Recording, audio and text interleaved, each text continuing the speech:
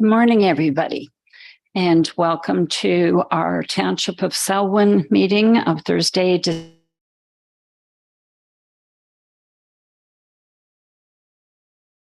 December the 1st, in traditional territory of the Mississauga and Anishinaabe. We offer our gratitude to the First Peoples for their care for and teachings about our earth and our relations. May we honor those teachings. Will you please observe a moment of silence with me so that council, staff, and members of the public can quietly reflect on our duty to the community that we are trying to serve.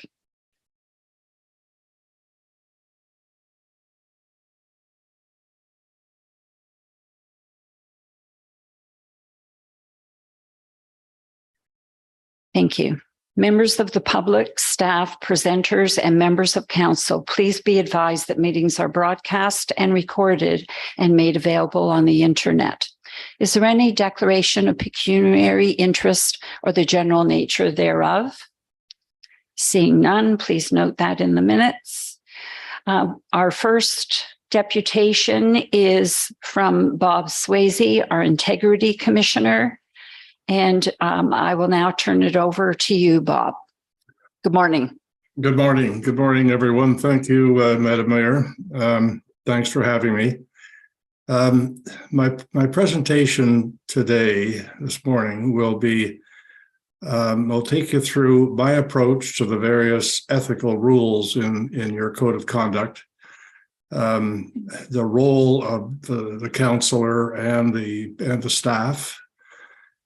Secondly, the general principles or non-rules that you don't need to worry about. They're in the code, but they have a different approach to them. Motherhood statements, etc. Thirdly, I'm going to take you through some new cases on closed meetings that you have to be careful of, and then. Fourthly, when and how I conduct an investigation of a complaint under the procedural sections of the code. And then finally, the Municipal Conflict of Interest Act, pecuniary conflicts of interest, etc. Now, I've been an Integrity Commissioner for 14 years, it's been a long time, 60 different municipalities. Currently, I am the Integrity Commissioner for 29 municipalities. My presentation will also include many examples of actual investigations and advice I've given and carried out. I won't use the names of these examples, and if you recognize one, please keep it to yourself. Hopefully, at the end, you'll be satisfied that having a code of conduct and an Integrity Commissioner will not in any way interfere with doing your job as a counselor. Could I have the first slide one?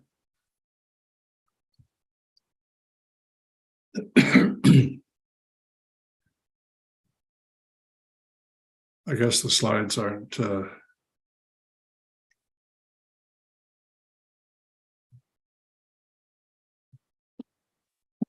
you see that? I can't see the slides, but. Okay, it should be on your screen. Okay. The top right-hand corner, you can change the view. I can change the view.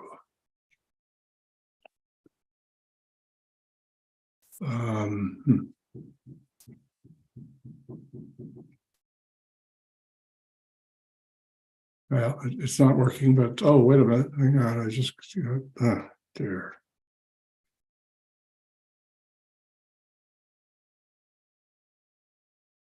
Anyway, I'm okay with that. Is council seeing the slides? You have a. Yes, we can see them here. Okay. All right. Okay, so I don't need to look at them myself. I have copies of them, etc. My talk's going to be about 1 hour, and asking questions at any time is okay. I don't mind being interrupted. In fact, the more questions you ask, the better this workshop will go. Now, I get asked, how could you serve as Integrity Commissioner for 29 municipalities? And the reason that the way I'm able to do that is that the level of my activity is very low. It's not guaranteed. Some small municipalities get very active. Some large ones are usually active. I'm the Integrity Commissioner in Mississauga, and it's usually more active than most, 700,000 people. Most of my clients have had few investigations and some have had none. And you'll learn if the Integrity Commissioner doesn't show up, that's a good thing. It's a good thing for me too. It means you're complying with the code of conduct and all is well. There's one mayor in Western Ontario a few years ago was quoted in his local paper, said, I hear this Mr. Swayze is a nice guy. I hope I never meet him. And that's the approach that most people have with regard to the Integrity Commissioner. Now, let me say something. Well, maybe I should talk about if you're in slide 1, you'll see a caricature of me, which was done by a lady who, and I like to think of it as me sweeping up evil, but in fact, what it is that I'm sweeping up glass that I've broken. She was a friend of a counselor that I recommended some sanctions against. So not everybody has a great impression of me. So let me say something positive, and I have the greatest of respect for those who serve on council. You're giving back to the community or serving the community. You have a low salary. And when people criticize people running for council, I always say to them, imagine giving your phone number to several thousand people and saying to them, if you have a problem, call me. That's a life changer, and I really respect people who are contributing in that way. And the other thing that you need to understand, my opinion anyway, is that a lot of people look down their nose at municipal government. They think the province and the feds are much more important, et cetera, et cetera. And in my opinion, local government in Ontario is the most complicated and the most challenging for staff and council to get anything done. Imagine how easy it would be if you had a cabinet where the mayor can appoint only people that are loyal to her, and then give the cabinet power like the province and the feds have done. You can't do that because it's not permitted, but the council can be composed of a group of free spirits who have no loyalty to anyone except their constituents, and it's difficult to get things done. You must rely on staff to sort this all out. Excuse me. And not only that, the local government provides the most important services. Compare, I don't know, the feds changing their position in the G20. Compare that with not having your garbage picked up. So you provided a very important service. Now, I want to talk about my procedure. I don't patrol. I respond only to complaints or requests for advice or direction from council. I don't read your local newspaper, etc. Many complaints I receive are either based on confusion or politically motivated. I dismiss more than 50% of the complaints I receive with a 5-minute email, a confidential 5-minute email. I mean, I have no jurisdiction over staff. I've had complaints about the dog catcher, and these are just politely dismissed, and I don't give notice to anyone, and they're done confidentially. If I do a confidential decision like that and send it off to the complainant, number of times it ends up in a blog or with the press, et cetera. Then I do a report to council or a letter to council saying what my reason for the dismissal was. Now, I always start with the biggest problem that new councillors have and where they go wrong. And they are elected to a body of total power and think they have power individually. That's a mistake. That's the first mistake that you make. And It's not true. You have to.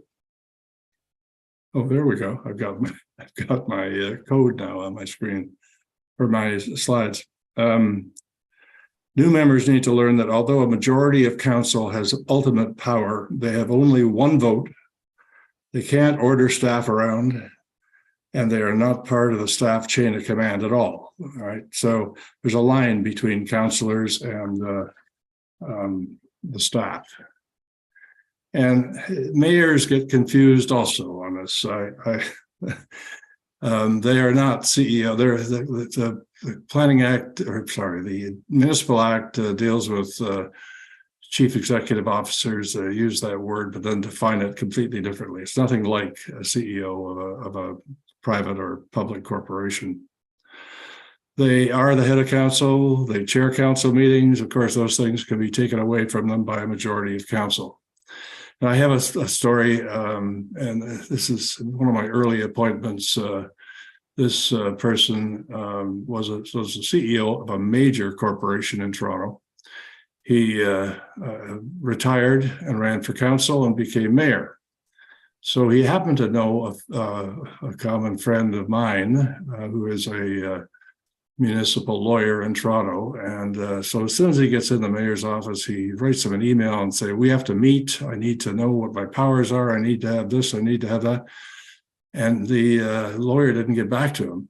And then he called him and still didn't get him. And then after a few days, he finally got hold of him. And the lawyer said, we don't need to meet. You have no power. Forget it. And you have one vote, and that's all you have.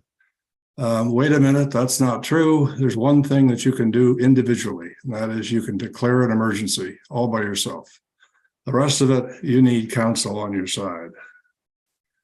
You need to understand, and I'm saying this to everybody, the difference between governance and management.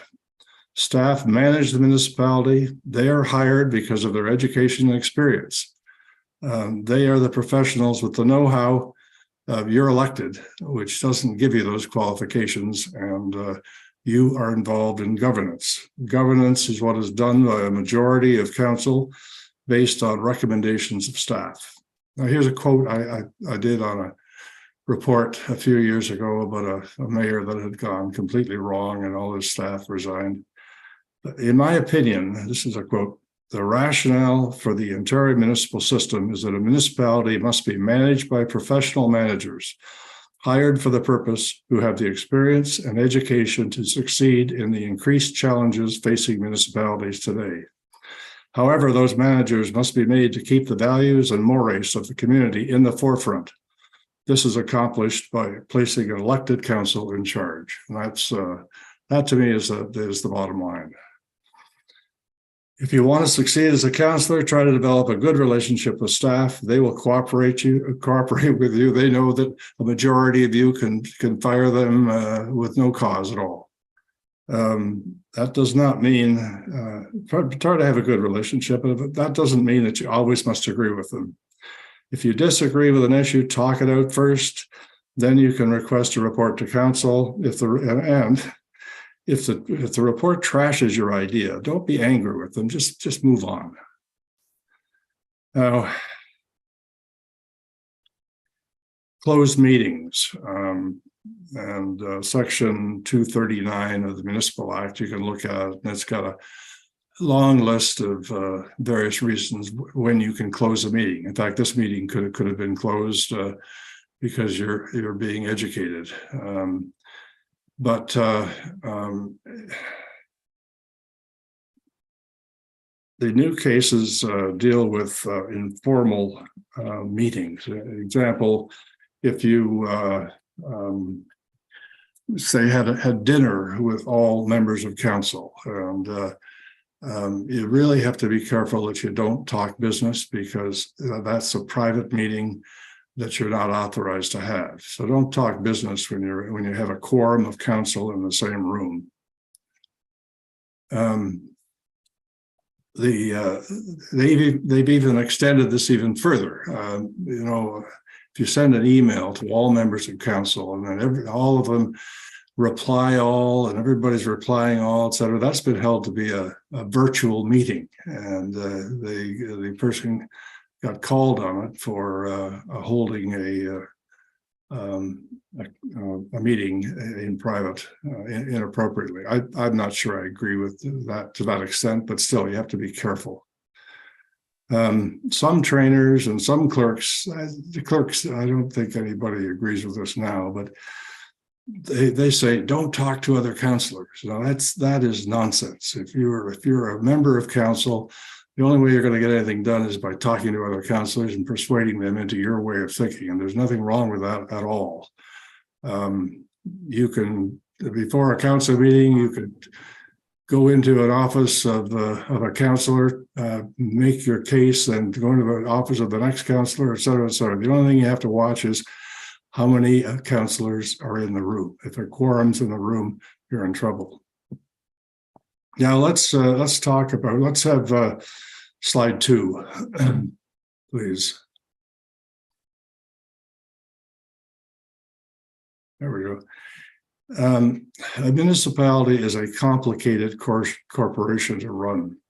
This slide lists some of the statutes, regulations, and policies which you need staff to advise you on.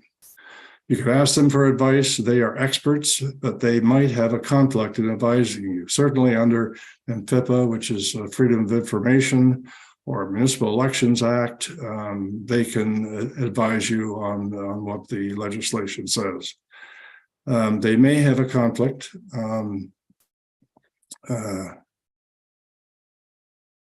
They may have a conflict in advising you, say, on the Municipal Conflict of Interest Act, or certainly on the Code of Conduct. I'm the best advisor on the Code of Conduct. You can call me at any time. I take calls on holidays and everything, because I find that people need quick advice because the meeting is tonight or whatever. I'll talk to you on the phone, but the Municipal Act requires me to give advice only after I'm requested it in writing, and then I have to give the advice in writing. But I'll take your phone call. I'll say to you at the end of the phone call that you have to send me an email, and I will respond with the advice that I told them over the phone. And I confirm my advice in writing. Next slide, please. So this is an example of the motherhood statements that a code contains, and they're necessary. They set the tone. They're important, and but the public expects the highest moral and ethical standards of conduct from members that it elects. The behavior and actions of members is expected to reflect principles of accountability, et cetera, et cetera. Next slide. Here's some more. Decision-making is open, accessible, equitable, and respects the city's governance structure. Public office is not to be used for personal financial benefit, etc. The City of Toronto Integrity Commissioner in 2005, I think it was, got worried about these statements. How does he enforce them? They're a problem for him. So he got a legal opinion. And the legal opinion, next slide.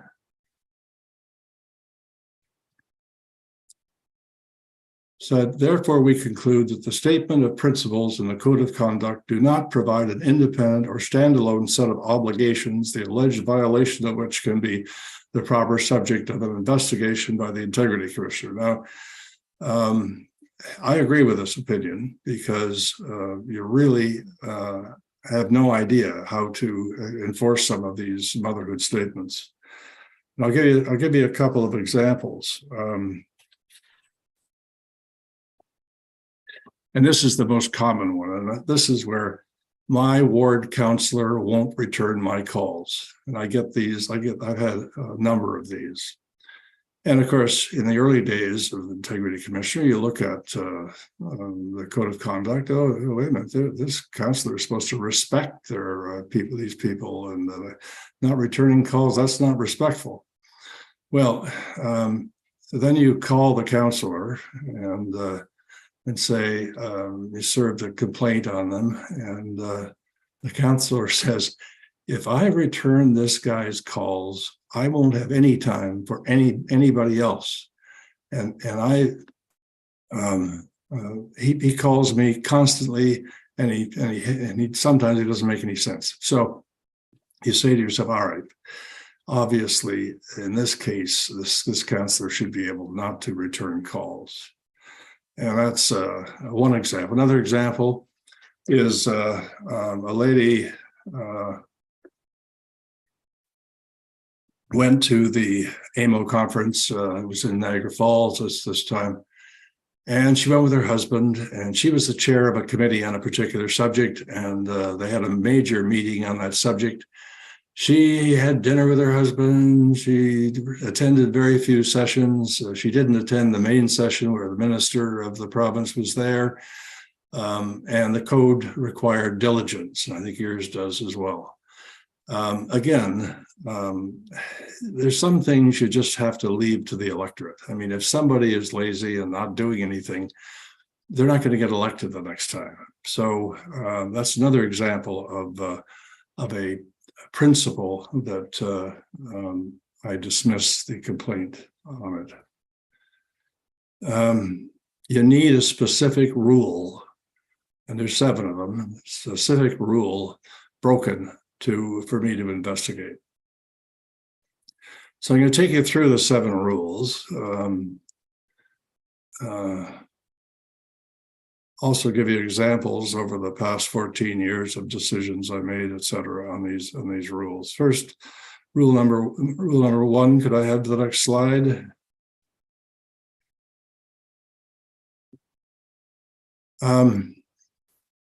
Confidentiality.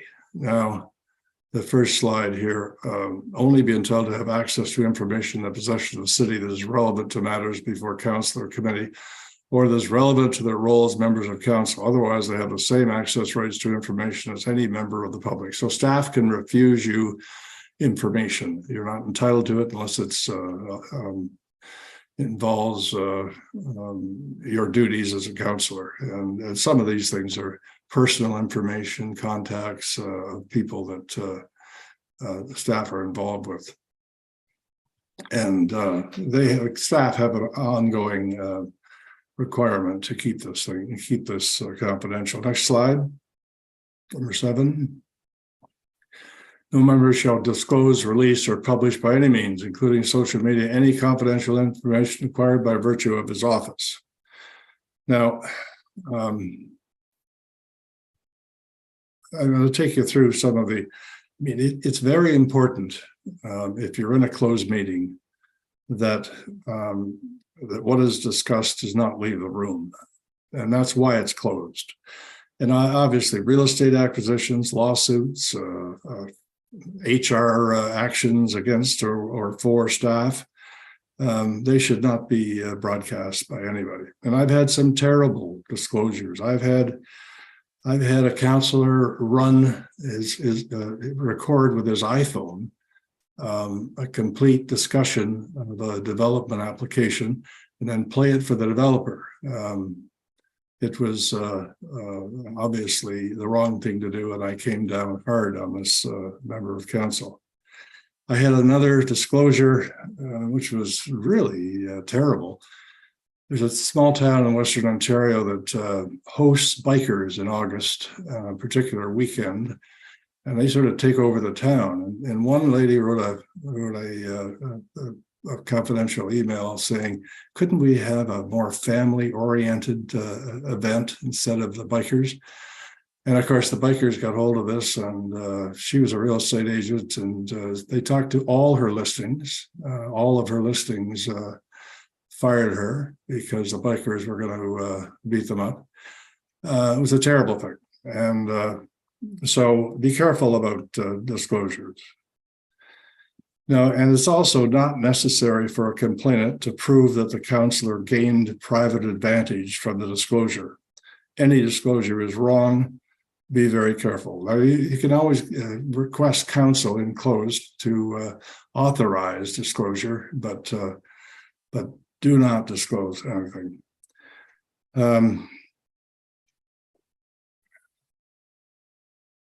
Now, moving along. And, okay, next slide. This is undue use of influence. It's your job to use your influence for your constituents. However, of course, don't do it for your personal advantage. And I know you're not going to do that. So that's just an obvious rule that you should comply with. Next slide.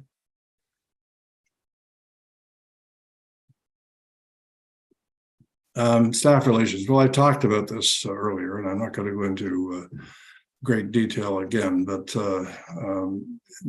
if you have a complaint about staff, do not express it publicly ever. Maliciously or falsely impugn the professional or ethical reputation of any staff, compel staff to engage in partisan political activities, use their authority or influence to threaten, intimidate, or coerce staff. You're not going to do that, but don't do it, because I get very serious about that. Next slide. Gifts. This gets a bit complicated. You're not, the key words are: you can't accept a gift or personal benefit that is connected directly or indirectly with the performance of your duties unless authorized by one of the exceptions below. And of course, it's hard to interpret gifts received as an incident of protocol or social obligations that normally accompany the responsibilities of elected office. So, I mean, you have to worry about the value of this gift. Don't refuse to take a mug from somebody. But if it's very valuable, it's inappropriate for you to receive it. You can accept a gift, like I don't know, piece of art that's valuable. You can accept a gift on behalf of the municipality if you wish.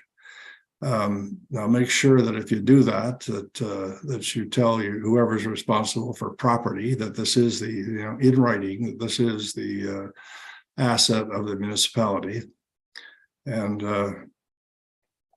don't take it home, obviously. I'll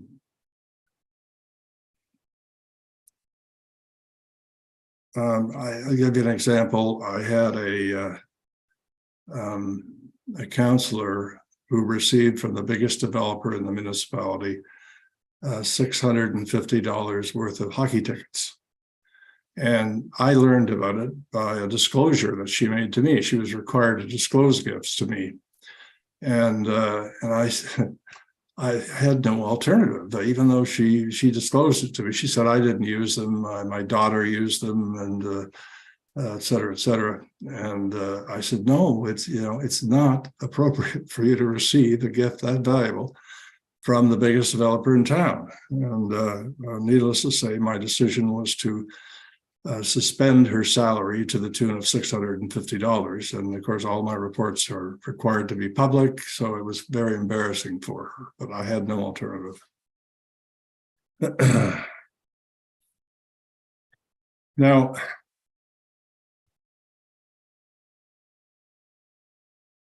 are there any questions? I haven't asked for questions. I'm happy to take any that you have.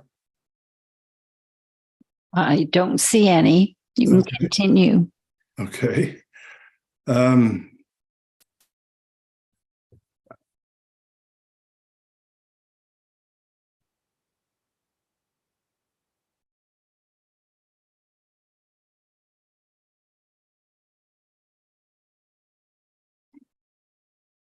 Now, receiving gifts like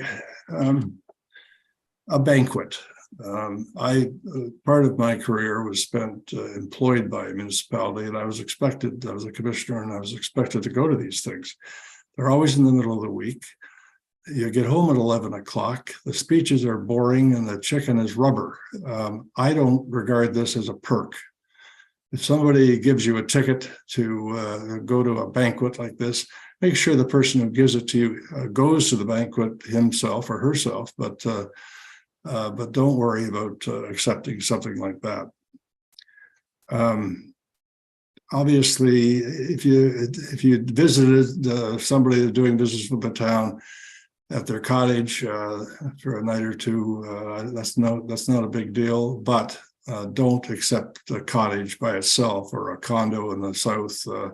That's big dollars, and I would call you on that one.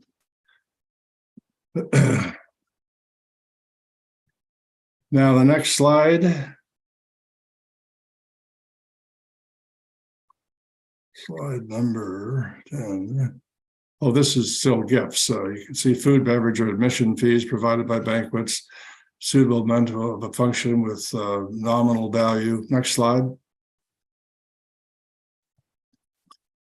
Now, this is use of city property, and I remember, I don't know, when I was employed by a municipality, that one of the councillors just borrowed the lawn cutter for his own property and used it himself, and you can't do that.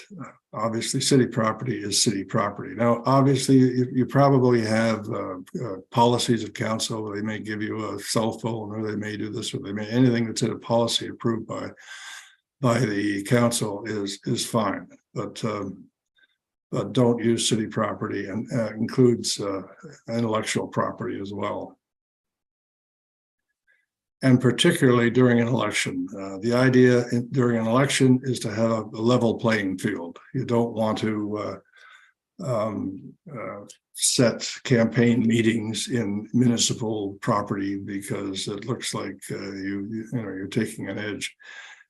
So don't do that. It's a level playing field. If somebody's challenging your council seat, you're going to have to challenge them fairly.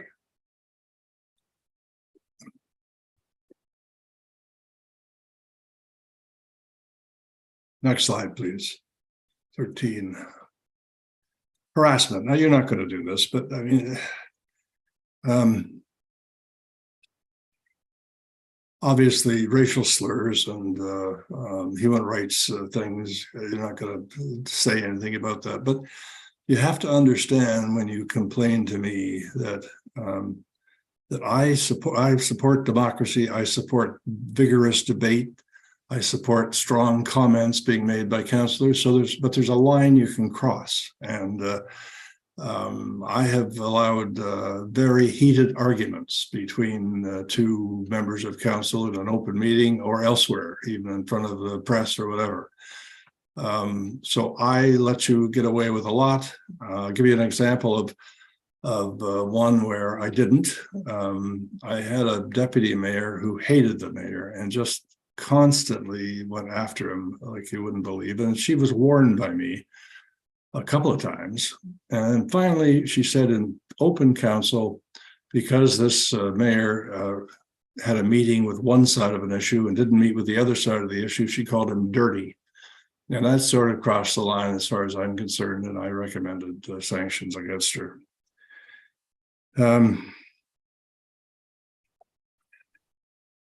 Okay. Next slide. Now we start on the complaints process, and this is the role of the Integrity Commissioner. Requests from members of council looking for us for advice. So I can give advice regarding their obligations under the Code of Conduct applicable to the member. Requests our local boards advice respecting their obligations under a procedure, rule, policy of the municipality or the local board, as the case may be, governing the ethical behavior of members. Sometimes I refuse to give advice that is more properly given by the clerk or by the municipal solicitor, because I don't want to tramp on anybody's land. And but I am probably the best advisor on the Code of Conduct and probably under the Municipal Conflict of Interest Act. If one councillor complains about another councillor, obviously the staff have a conflict, and they can't advise you, but I can because I'm independent.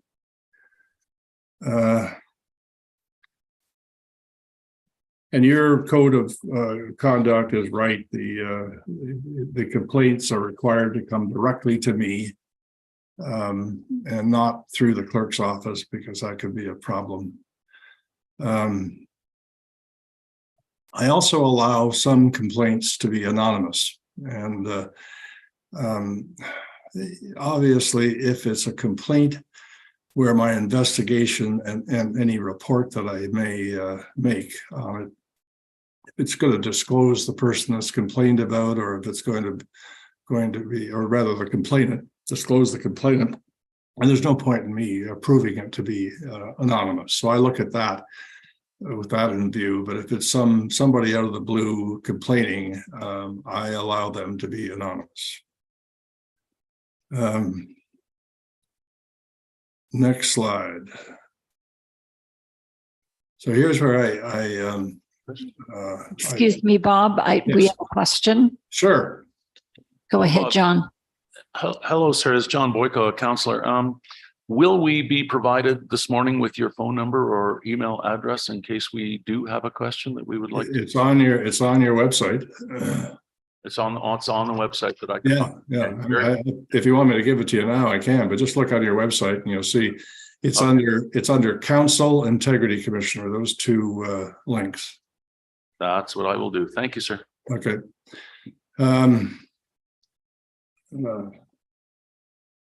Now, a complaint must be signed and dated by the complainant, who shall be an identifiable individual. And that does not allow me to accept complaints from ratepayers associations. Now, I can accept a complaint from 10 members of a ratepayers association, or of a corporation or a developer or whatever. I need to have an identifiable person. Next slide.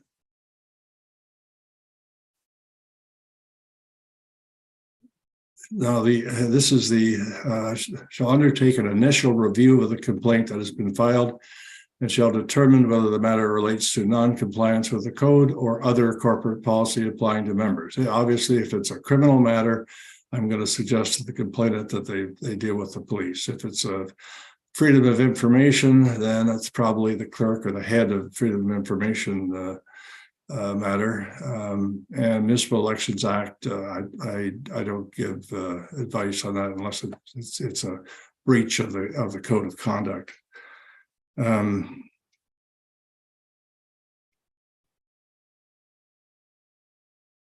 Next slide, please.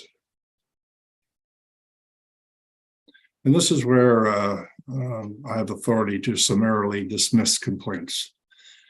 If it's frivolous, vexatious, not made in good faith, no grounds or insufficient grounds for conducting an investigation, may choose not to investigate, and if already commenced, may terminate any investigation or may dispose of the complaint in a summary manner. Now, I do at least 50% of the complaints I received are disposed of in a summary manner. In other words, I send them a 5-minute email telling them why I must dismiss it. I mark it confidential, and as I said before, if they disclose the email, then I do a letter to council. Now, I don't give notice to the respondent counselor on these complaints that I dismiss, because I don't want to give a platform to the complainant. It's just better if I don't disclose anything to anybody on these complaints that are, some of them are politically motivated and some of them are just so confused, like the dog catcher. So I don't give notice to anyone.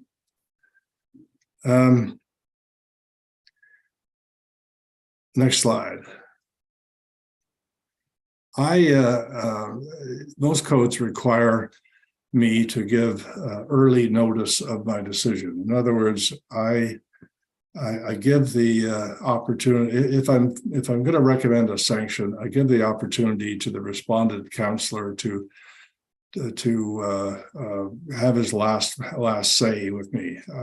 I tell him I don't send a copy of the report, the draft of the report, because they usually end up in social media. But I do in detail tell them why I think they've breached the code of conduct, why I'm recommending sanctions, etc. I say that in an email and allow them to come back at me. I don't file the decision until they have had a reasonable opportunity to consider that and get back to me.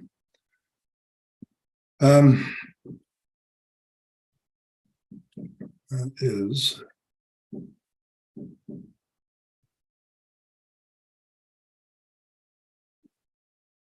Now, if I recommend sanctions, there's a fairly new section of the Municipal Act that says that you can defend yourself, you can try to influence the vote, you can speak to it in open or closed council, but you can't vote. And you have to declare a conflict, and then you can speak to it, but you can't vote. Oh. Next slide. Upon conclusion, integrity shall issue a report to council on the findings of the investigation. Where there is a finding of contravention of the code, the report shall contain the detailed findings, any recommended sanctions, or any settlement, and provide a copy of the final report to the member at the same time as the final report is made available to the clerk. So I'm very careful that the respondent councillor receives a copy of the report before the press has access to it. Obviously, you don't want questions being asked of you and you don't know what the report says. So I'm very careful of that. Next slide. The municipality may impose either of the following penalties: a reprimand and a suspension of remuneration to a maximum of 90 days. Reprimand is just a statement that I make. I recommend be read in open council, a statement as to why this person has contravened the code of conduct. Obviously the other penalty is suspension of remuneration.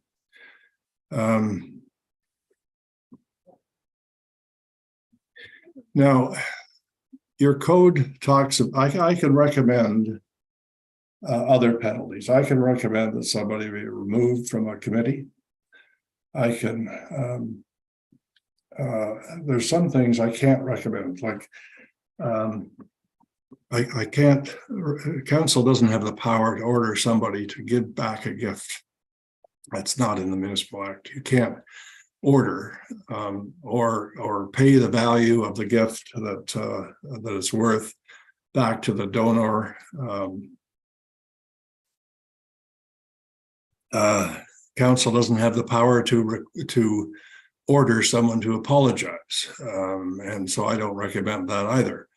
The way I get around that is I recommend to council that unless they apologize or unless they give the gift back, that I will suspend their salary to the tune of X number of dollars or X number of days. So that's how I get around that. I do end up getting apologies and returns of gifts, etc. Okay, so let's have the next slide. Any questions up to this point? Yes, Bob, there is a question. Go ahead. Hi, Deputy Mayor Ron Black. Just a question, just for clarification, penalizing the remuneration, the councillor still has to attend council though. Oh yeah, you're still a councillor. Doesn't change anything. Council, okay. Yeah. Yeah, thank you. Okay. Yes, we have another question. Just a moment. Yes, sure. Janice? Good. Thanks, Bob. It's Janice. I just wondered if you could just clarify. I think the case would be you recommend penalties, but it's actually council who makes any decision on what penalty will be applied. Is that correct? Absolutely. I have no real original powers. I could recommend to council a penalty, and council must approve it. I can't force the issue. The same thing is similar in the Municipal Conflict of Interest Act, where the only thing I can do if I find a breach of the MCIA, the only thing I can do is take the matter to court. I don't have the original power to remove someone from council, but the court does. And so I don't have to ask council permission to go to court. I do that on my own. I have to give notice to council, but it's my discretion whether I go to court or not. And of course, you pay for it because you indemnify me for that. So here's the section. An elector is defined in section 1 of the Municipal Conflict, or a person demonstrably, it's difficult, acting in the public interest may imply in writing to the commissioner for an inquiry to be carried out concerning alleged contravention of 5.1, 5.1 and 5.2, a member of council or a member of the local board. Next slide.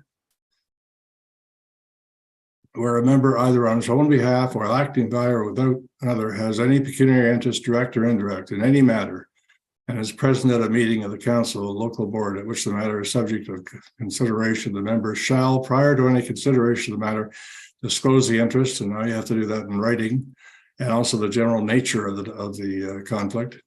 You can't take part in the discussion of the vote or any question in respect to the matter, and you cannot influence the voting on any such question. And that C is the problem that I run into all the time. People think, oh, I didn't attend the meeting, but you're talking to counselors saying you shouldn't vote against me, et cetera, et cetera. You can't do that. That's a violation as well.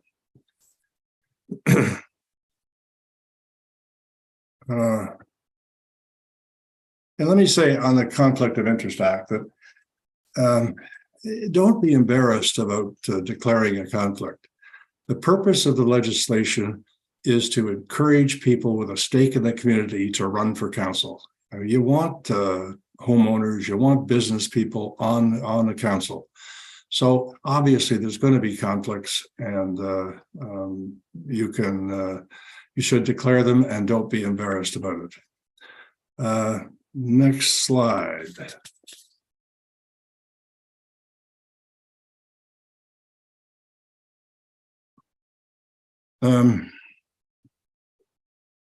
Upon conclusion of an application, the Investigation Integrity Commissioner may, if he considers it appropriate, apply to a judge under Section 8. So that's the section. The next slide. Shall advise the applicant if he or she shall not be making an application to the judge, and after deciding whether or not to apply to a judge, provide a written report providing reasons for the decision. And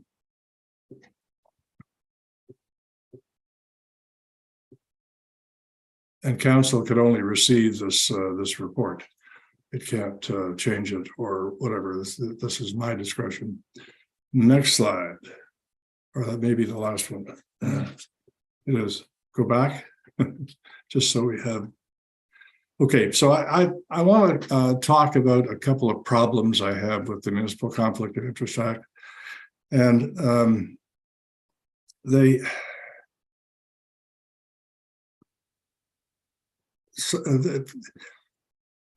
there are problems which are not pecuniary. I'll give you an example.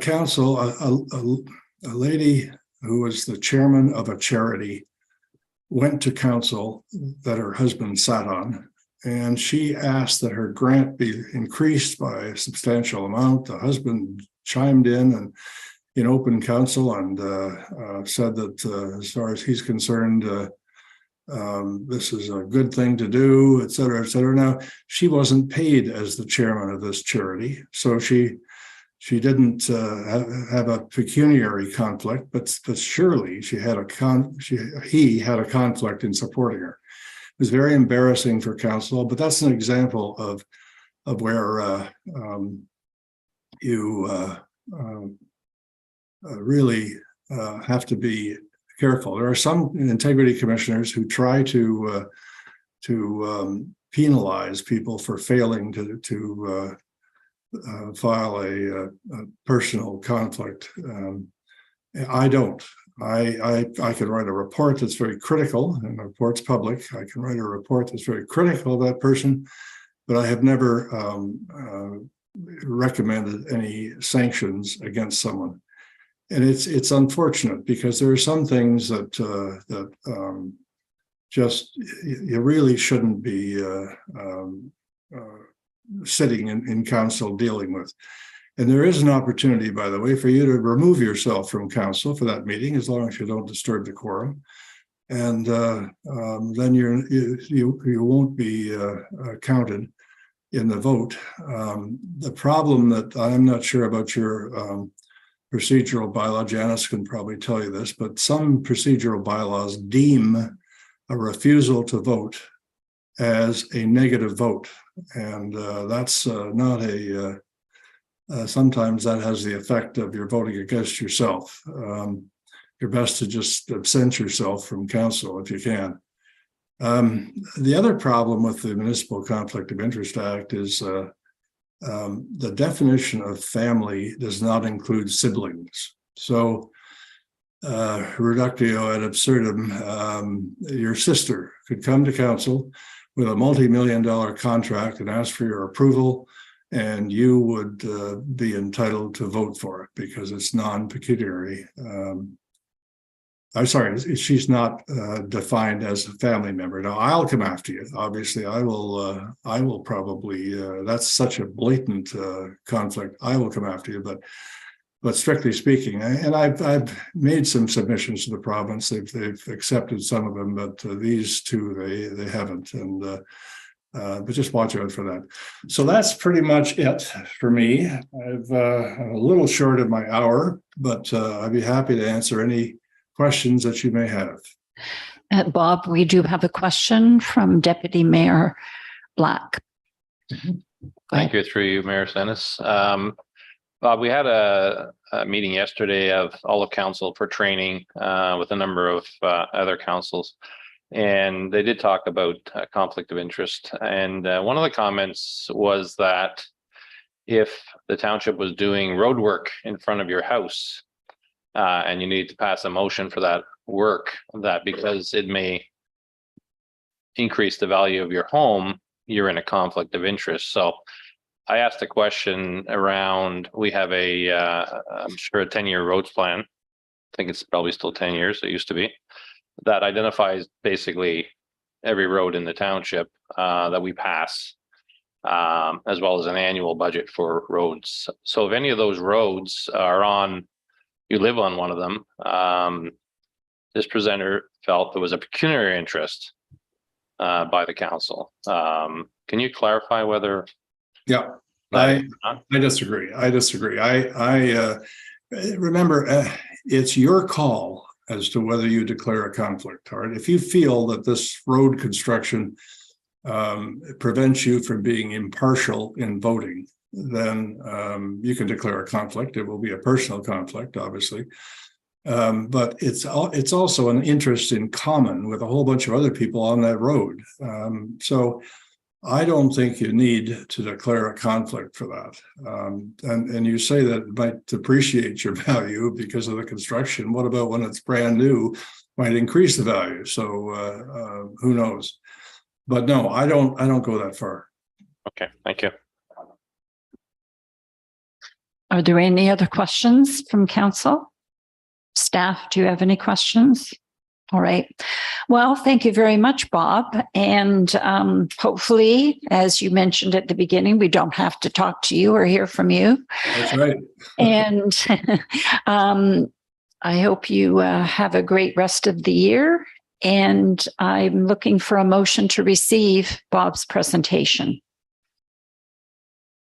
Moved by John, seconded by Mary. All in favor?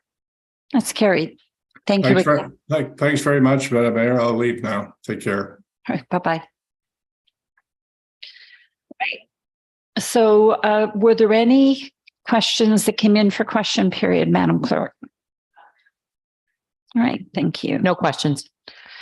All right, now we're a little ahead of schedule. Would council like to take a bio break now or start into the next presentation? What's your pleasure? Don't all speak at once. No? Okay, take a 5-minute break.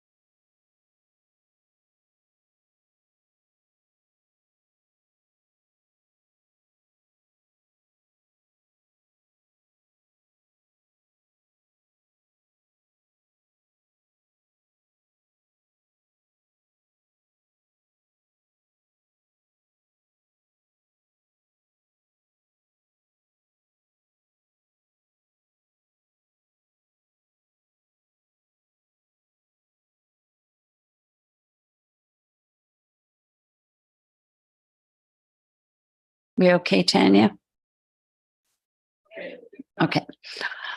We'll move on to municipal officers and staff reports, and we're going to have a presentation. Janice, if you'll lead us in that, please.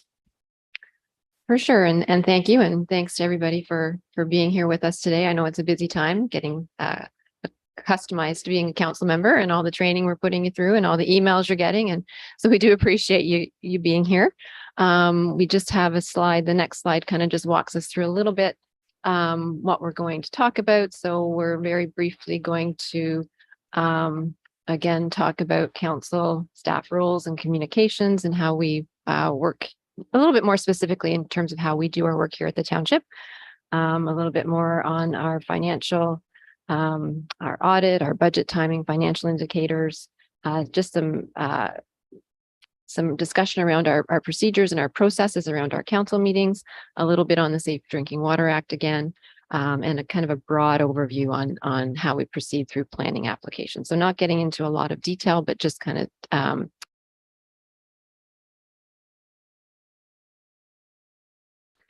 hitting we have upcoming for you. So it doesn't end as of today. It's just going to keep going and going and going. So maybe if we can just hit the next slide. So I think in terms of this slide and the role of council and the role of staff, and I think it's really been probably pretty well covered through your training yesterday. I know it was a long day. I think they covered a lot of stuff.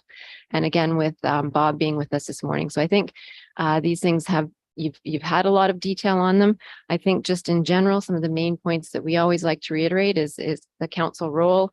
The way we like to use an analogy is we have council steer and staff row.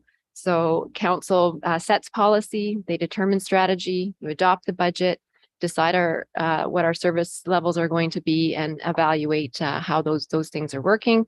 And staff, we are in the boat, we're rowing, and we take your direction after providing you with the research and the information you need to make the decisions, and we implement your decisions and your policies and your strategies. And we provide information back to council in terms of how those levels of service are working and if there's changes that we see that need to be required. So that's really the way we like to kind of talk about the role of council and staff.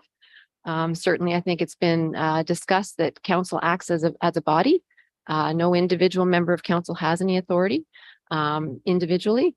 Decisions have to be made at the council table, and then staff will act on those decisions appropriately.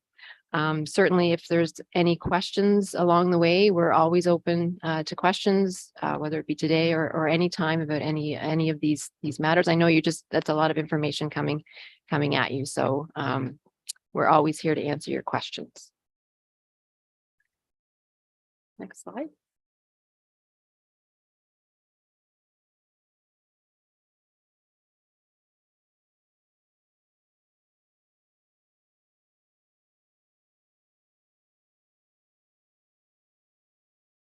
Okay, and again, I think there's been quite a bit of discussion around the legislation and that we are creatures of the province. So this just provides you a little example of the provincial legislation that we're governed by, as well as there's a lot of municipal, your own policies and bylaws that you're governed by. In many cases, you're required by the province to adopt those policies. So you do have some flexibility in terms of what they will say, but the fact that you do have to have them in accordance with provincial legislation. Pretty much everything that we do is governed by provincial legislation. We need to find the authority for anything that we want to do in legislation. And in some cases, there are pieces of legislation that we really have, we're just directed that we have to fulfill the responsibilities. A good example would be with the Building Code Act. We have to have a chief building official, and that chief building official is tasked with fulfilling all the requirements of that act. In that case, council basically appoints the chief building official, and that's their only authority under that legislation. And I think we haven't sent out the share file yet, but we will be sending out a share file for you that gives you links to a lot of our own policies, gives you a link to the provincial e-laws site should you really have insomnia and need to start reading some provincial legislation in the evening to put yourself to sleep. But again, we are here to answer any questions you have about any of those things and to make sure that the policies are available to you when you need them and that you understand them. Okay. So then just moving on a little bit to our organizational structure. So we have provided for you a copy of our org chart and just a little document that kind of lays out in very broad detail, again, what the departments do. We're not going to go over those in detail today. But again, if you have any questions, feel free to reach out to myself or to the department managers on those things. We do have a structure here where all of our administrative staff, other than the fire department, are located here at the municipal office. That was a change that was made quite a while ago now, but I think it has had a good effect having all the administrative staff here. It certainly provides more of a one-stop shop for our customers. We have representation from all departments at our front counter or very close to our front counter. So it provides for quick and easy access to all our areas of service for people. It helps us to maximize the use of our human resources. We use cross-training so that there is support during times of vacation or illness. And we still have folks there that can get the job done and get the information that people need. And I think it also provides for enhanced communication between our departments and with everybody in the same location, centralized information. It just makes it easier for access to information as well. Angie coordinates that front counter service team to make sure that we always have folks in place to deal with people as they're coming in to see us at the counter. Phone calls, we do still use Live Answer. That did change for a while under COVID because we just weren't able to manage, but we might be one of the few organizations in government that you're going to still call these days and get a live person to speak to. And from my perspective, that's important to me. I like having that level of service.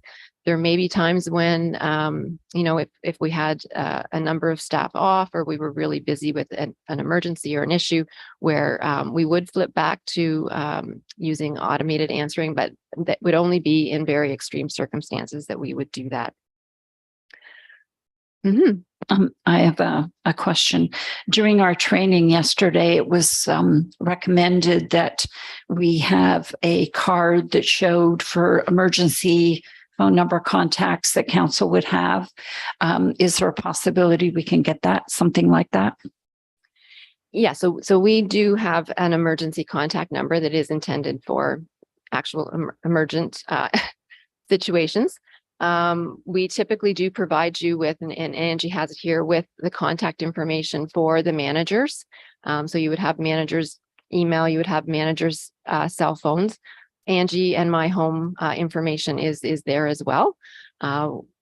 We do encourage you to keep this information for your use, not to provide it to all the ratepayers, because then I think our managers' phones and our phones might just light up a little bit more than we could manage. And on there as well is the after hours emergency number that you would refer people to if there was an urgent situation. Okay. Thank you.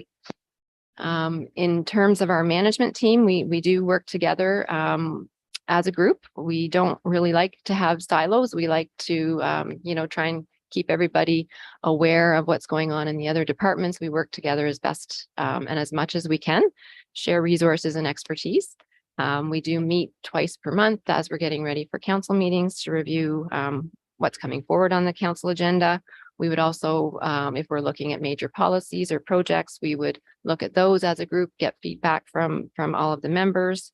And again, it's just a really good way to kind of share that information and make sure that we're pulling expertise and support from each other as much as possible. We do also use that management team meeting regularly to review health and safety matters. And Kim is very good at doing what we call health and safety minutes. And then those can get circulated to our managers and then from the managers down to staff at their staff meetings. Sarah, now maybe Sarah might want to chat a little bit about the library board and the library. The library is a little bit different. It isn't actually a department of the township. It is its own board with its own piece of legislation. The township does provide funding for the board, but beyond that, the board does make all the decisions. Sarah does participate as a member of our management team, though, which I think is great. It keeps those lines of communication open, and there are times when the library can support us and we can support them. So I think it's a really great relationship that we have there. Sure. Yeah, so my board is appointed by council, so that will be happening in the coming weeks. I report directly to the board, and then the board reports to council on all library operations. Yeah. Up. Anyway, it's old habits die hard. Sarah, have we received a good number of applications from the public to go on the board? Are you aware? Sorry. Yeah, so those are, all of the applications go directly to the township, so Angie would have a better sense. So I direct it to the wrong person, Angie. Oh, that's okay. We are looking for community appointments right now. So we've had 6 applications come in so far for the library board, but we did extend the timeline. So we've got until December the 9th now for community members to apply. So certainly we've been communicating that, but if there's anybody that you know of, get them to submit an application, because we are looking for a few more folks to put their name forward. Okay, first we have Deputy Mayor Black and then Councillor Koulis. Thank you. Through you, Mayor Sennis. Sarah, you're not a voting member on that committee, then you're representative of the township, so you don't vote. Okay, thanks. That's all. Mary? I just want to clarify. I heard the process for selecting board members has changed. Can you speak to that? Angie? I don't believe there's been a change. So we do just go out to the community, ask folks to submit an application. Applications come in.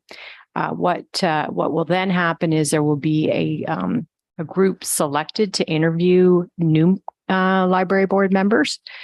So anybody who has not served on the board prior to that would be interviewed by the library board representative from council. And likely Sarah would be involved in that. So it's usually the two, maybe another council member as well. And they would interview the applicants, and then a recommendation would be brought forward to council. And before we proceed, I just wanted to make a comment about protocol. When there are questions to be asked, they should all come through the chair. So for council members, when your Deputy Mayor Black did it properly, and you might not have noticed that, but so it's through the chair to the person you're questioning. And when responses come back, they come back through the chair as well. Thank you. Sorry. No, that's great. Thanks. And we were going to touch on that. We'll probably just touch on that again a bit later. And I just wanted to add as well, just with respect to the library board and the township, I think the relationship that we have in Selwyn is a very good relationship, and probably is a little bit unusual from what you might hear from some of your colleagues in other municipalities, because I don't think there is that close working relationship in a lot of cases, but that's just been the way we've worked with the library since day one that I've been around, and I think it works very well. Lane, our manager of financial services, is also the treasurer for the library board. So that is just another really good connection in terms of making sure, everybody understands the big picture, and we're working together. So I think that works great. Any questions at all going through? We're good. Okay.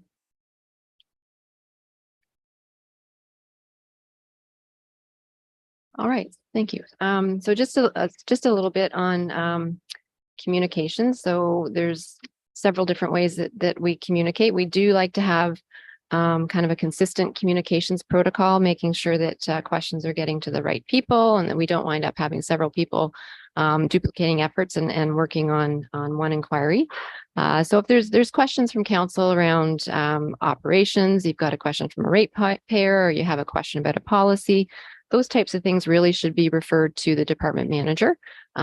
Staff's or council's level of contact really is the manager or myself, not other members of staff.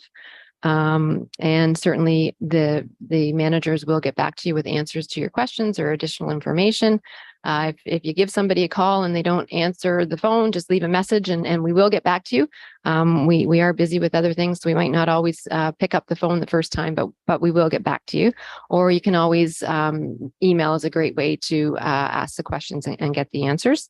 I do appreciate being copied on things where you think it's something more major, or if it's a significant complaint or concern that you have from a ratepayer. It just helps to keep me in the loop of what's going on as well. Council reports, you'll see on your agenda, lots of reports come forward to council.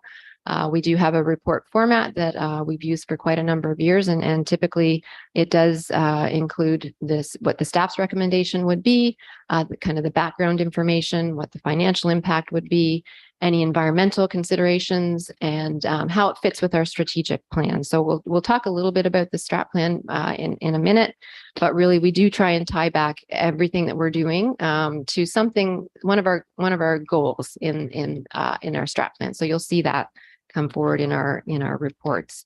Janice, there is a question from Deputy Mayor Black. Through you, Mayor Senes. Can you just again clarify the complaint process? I know we were receiving as council copies of, I'm assuming that it went through the complaint process and that's why we got copies automatically. I'm not sure whether the person was copying us automatically or. So I think maybe what you might be referring to is that the counselors at email on the website, and maybe Angie's team does manage that. I'll just let Ange speak to that a little bit. Clarify how that works for us. Thank you. Yeah, sure.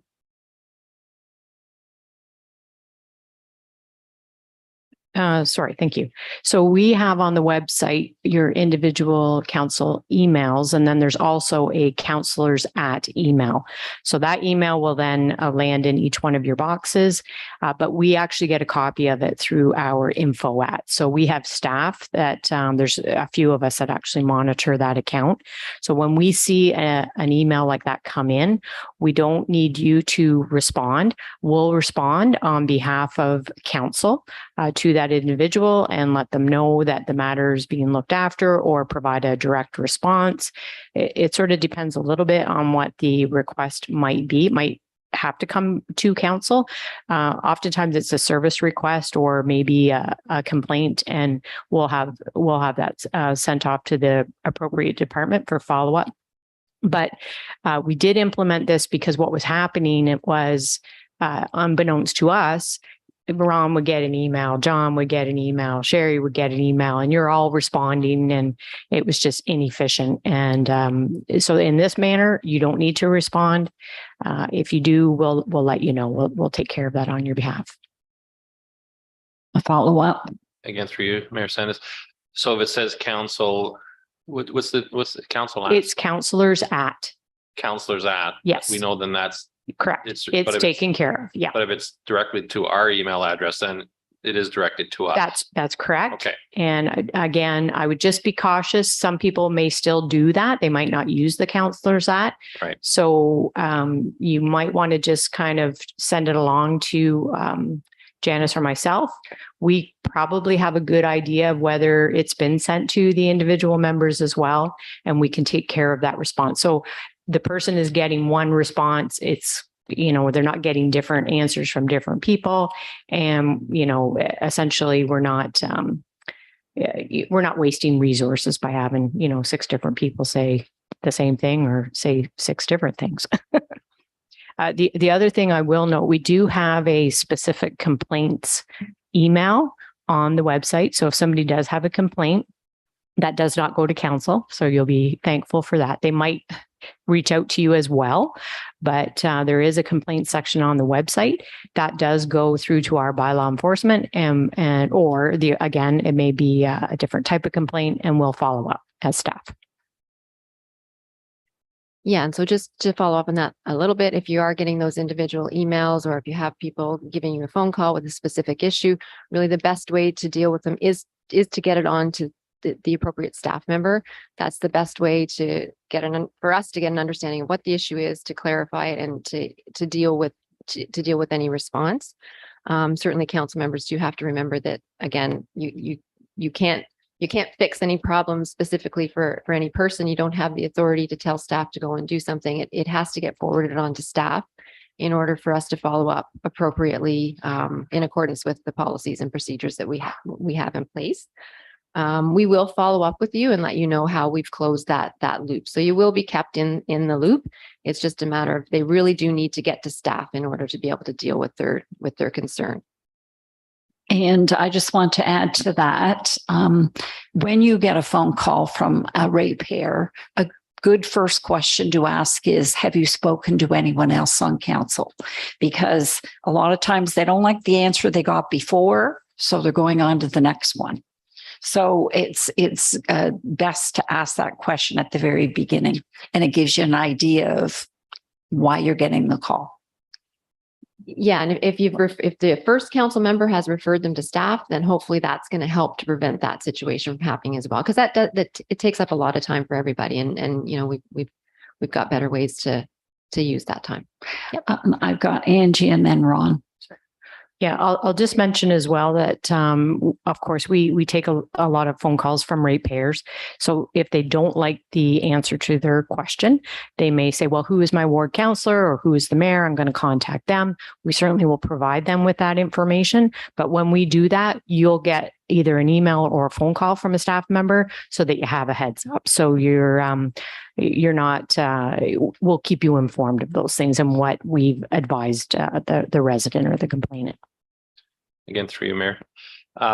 Just to clarify protocol. So if we get a complaint and it has to do with the roads, we're to contact road superintendent and copy yourself, Janice or Angela, or like, are we allowed to go directly to the department head, I guess is the question. Yeah, you can Okay. for sure speak with the managers. Okay. Again, that your level of contact really is the managers or myself to get that information.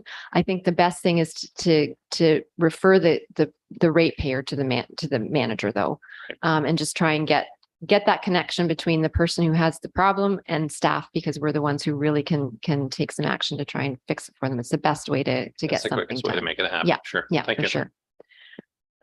Just one other area, if you were ever to receive any complaints around a particular staff member, that is something that is dealt with by staff, by myself and the department managers. So those things just would be referred immediately to myself and the department manager. Obviously, we're not going to, if there are any disciplinary actions or anything that come out of any complaints, that isn't something that we discuss with members of the public. It isn't something, quite frankly, that we discuss with council. We just do what we need to do and move on to address the situation. I think that's all on that page. So I think maybe on the next slide here, we'll just get Ange to talk a little bit about our communications, etc. We do a lot of work on social media, in the website and different ways of keeping people informed. So she'll just give you some examples of how we do that. Thank you. So in the corporate and community services department, we're responsible for the communications, the corporate communications. So you'll all be aware that we do have a website. I will admit there's a lot of information on it. We have a lot of information to share with folks. So it can be a bit challenging for folks to find things. If you have any comments on the website, we're always happy to hear any feedback about it. We do have our social media accounts, Twitter, Facebook, Instagram. We have YouTube as well.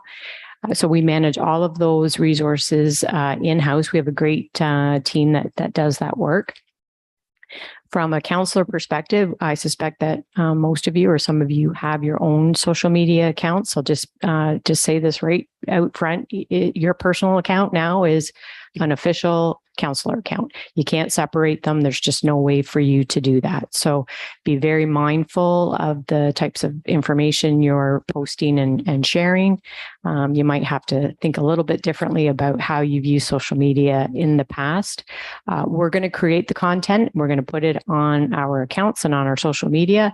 If you are following us, feel free to retweet, share the information. Again, we're just asking that you don't create the content specifically. You may get some comments directed to you through a direct message, or even just publicly through a share or a post. We do monitor those things, and we'll do our best to answer questions that come up through a kind of a feed.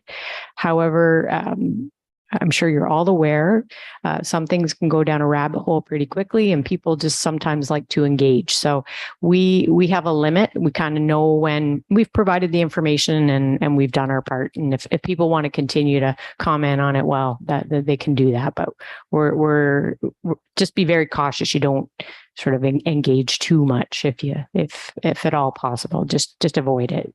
It never ends well. Yeah, we have certainly a lot of, we use our social media really to push out a lot of information about events, programs, good news. That's what we use it for. So the odd time we'll get some negative feedback about something, and we expect that, and we'll deal with that. We keep all of the posts up, even if they're negative. That's fine. We will remove anything though that has derogatory, foul language or anything like that. So that will be removed. I think I've just mentioned again, the expectations to the counselors, even emails. Sometimes you can kind of get caught into a string of emails. We're here to provide information. We can deal directly with things. If you need some help with a response, we can certainly help you with that.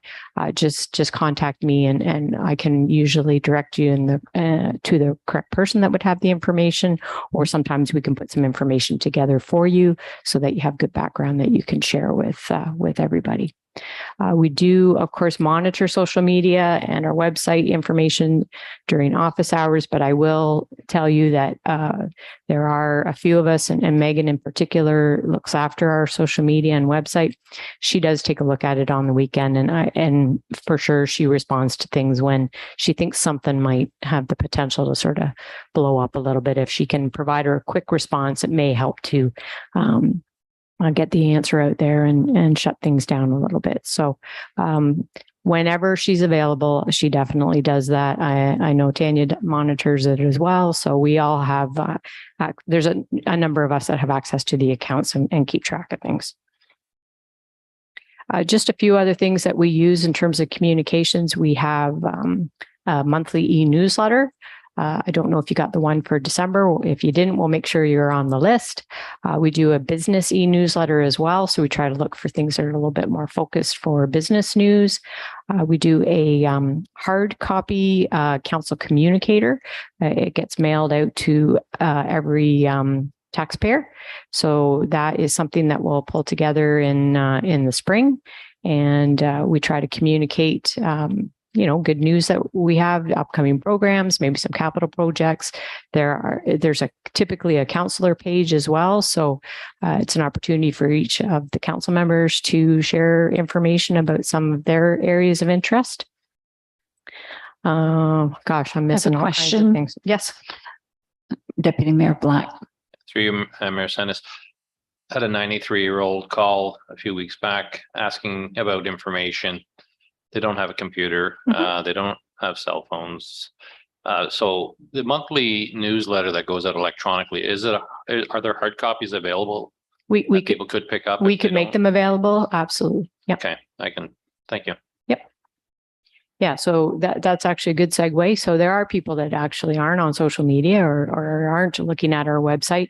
And in fact, the quickest and easiest way to share communications is to call us. So as Janice mentioned, we do have live answer, and that we talk to people. We talk to people all day, and that's the best way to communicate, because oftentimes what's on the website, it sets out a policy, but people don't really know how it applies specifically to them.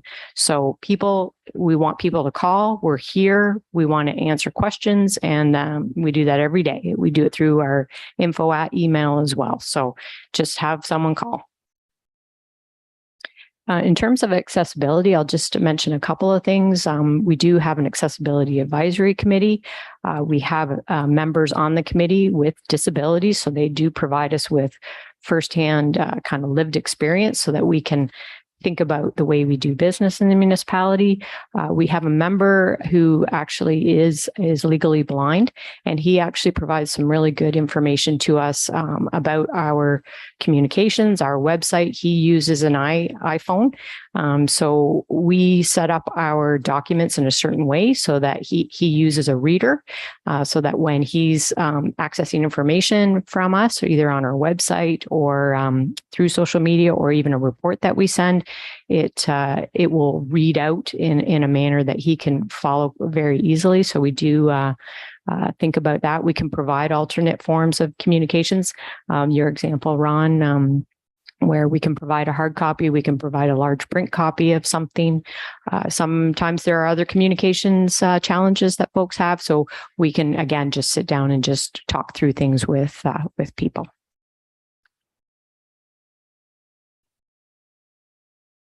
I think that's all I kind of wanted to share. I'm not sure if you had any questions about that.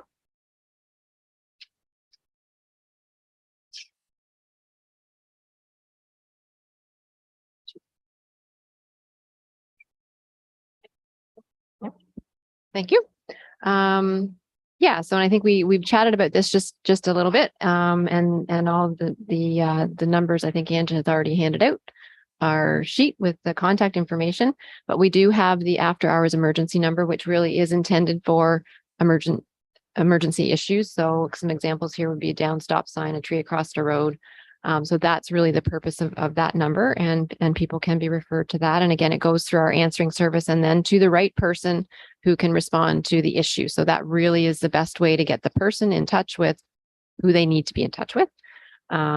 Operational issues, there's, some examples here: street lighting issues, burning complaints during office hours, after office hours, burning complaints do go through 911, missed garbage pickup, facility issues, that sort of thing. They all get reported to staff. So again, it's that getting the person in contact with the appropriate person on staff to be able to manage their issue. We do have, as part of our emergency planning program, we've had this in place for quite a number of years. We do have a public inquiry line that can be activated in conjunction with the city and all of the other municipalities in the county. We have used that on a few occasions. Other times, like I think with the Dureco, we just kind of managed things ourselves and kind of rejigged what our staff were doing and how they were doing it for a bit to manage those calls. But that public inquiry line is available to us and has certainly been useful in times of emergency to kind of manage those public inquiries, service requests in those situations. I think that's good, Tanya.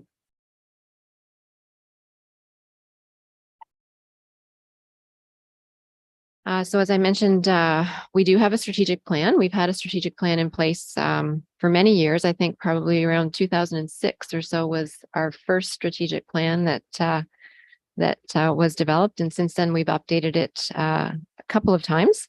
So the last update was actually in 2018, and it certainly is our overarching planning document that kind of establishes our vision, our mission, our goals, and the values of the corporation. And then, of course, provides short and long-term initiatives for us to work on to try and achieve those goals. That will be provided as part of the share file that you'll be getting the link to. So that'll be there, along with many of the other plans that we have, which help to guide our more service area components of the operation, such as our library services plan, our recreation services plan, recreation trails master plan. We have a communications plan, a fire master plan, roads need study. So those are all examples of the other plans that we have in place. So again, that are more focused on the service area, but again, are intended to flow from and be consistent with the overarching principles that we've established in our strat plan. I think we did have some conversation when Sherry and I sat down with each of you just to kind of talk about moving forward and how we're going to organize ourselves.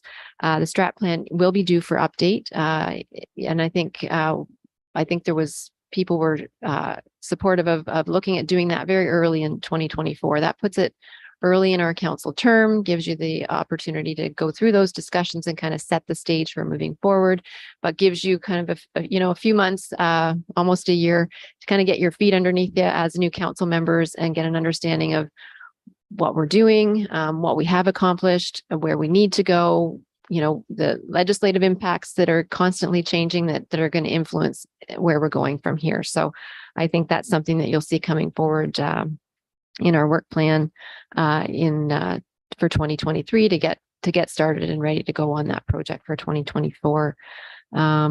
Certainly, we have our budget process, and I think Lane's going to talk a little bit about that in short order. I'm not sure if there was anything, Lane, that you wanted to mention now.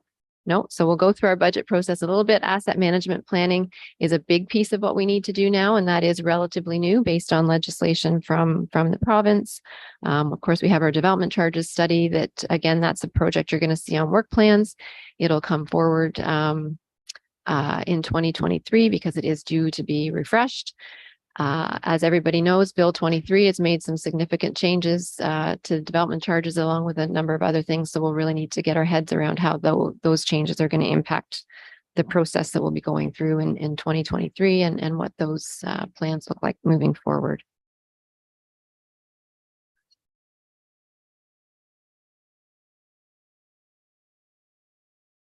Unless there's any questions, no. Yeah, just on a couple of upcoming meetings that we have. And again, Lane will speak a little bit more on our budget process, but on December 8th, we do have a special meeting scheduled, and it will deal with our capital budget. So we'll bring forward to you all the recommended projects that would be part of the capital budget for 2023. We'll bring forward some outline of some of the major impacts that we see coming forward in terms of your operational budget for 2023, information around what insurance premiums are going to look like, a typical staffing costs, cost of living adjustments, phase in of organizational changes. So some of the major impacts that we see coming forward operationally. And also at that meeting, we'll have an opportunity to kind of flow through councillors' term priorities. And we will have those materials ready and out to you on Monday, December 5th for our meeting on December 8th. And what you'll see there is our work plans. If we go to the next slide, you'll see a little bit about that. Our work plans and the capital budget worksheets will be out for that meeting for you.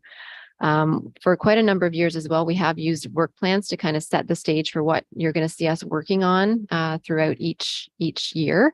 The work plans are based on projects that are coming out of our strategic plan, coming out of our other plans, our recreation services plan, our trails master plan, whatever projects coming through from any of those plans, as well as legislative requirements that we have to work on. Asset management would be one of those. In an election year, you're going to see Angie's work plan filled with election issues, priorities that have been established by council, and projects that are coming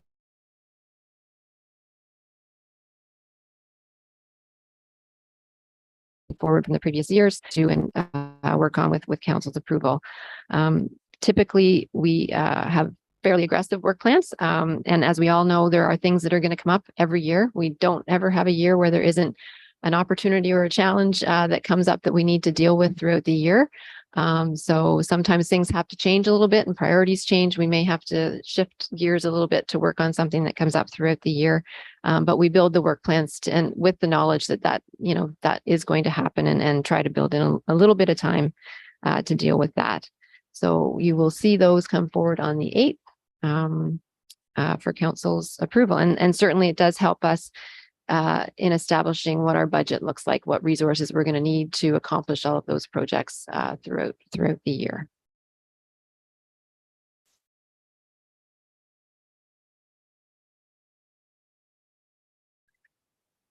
So again, our agenda process, I think I'll just flip it over to Ange a little bit to talk about our council agendas, our council meetings, and how that works. Thank you. So just generally we have 2 meetings a month, they are on Tuesdays. We're going to talk about it a little bit later in the agenda this morning about our meeting schedule. We do reduce to 1 meeting a month in the summertime and in December and January. We circulate your agenda packages for a regular meeting on the Friday prior to the council meeting. The actual supporting materials are not posted to the website until the Monday. We do this so that council members have an opportunity over the weekend to have a look at the material. We've done this for many years. If council wants to consider something different, they would have to let us know. But we do want to make sure that you have an opportunity to review it. So if you get a phone call, you're prepared. And that has worked well. You will receive a share file, so the agenda will come through to you electronically. You just simply link into all of the attachments, and we'll get the materials that way. The only thing that we don't send out through the share file are confidential matters. Confidential items will be provided to you in hard copy.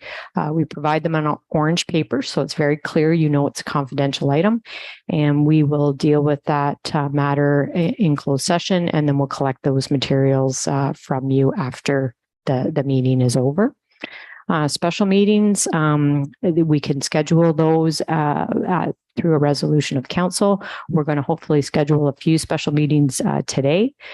Those special meetings are only for the items that you've made a resolution to discuss. So for instance, if we schedule the budget meeting, we're not going to talk about, help me, I can't think of the procedure bylaw. We wouldn't bring up a whole different item. All of our agendas I mentioned are posted on the website. So we put the agenda cover page on the website on the Friday. We email it out to the media, so the media is aware of what's coming up. We do use social media as well.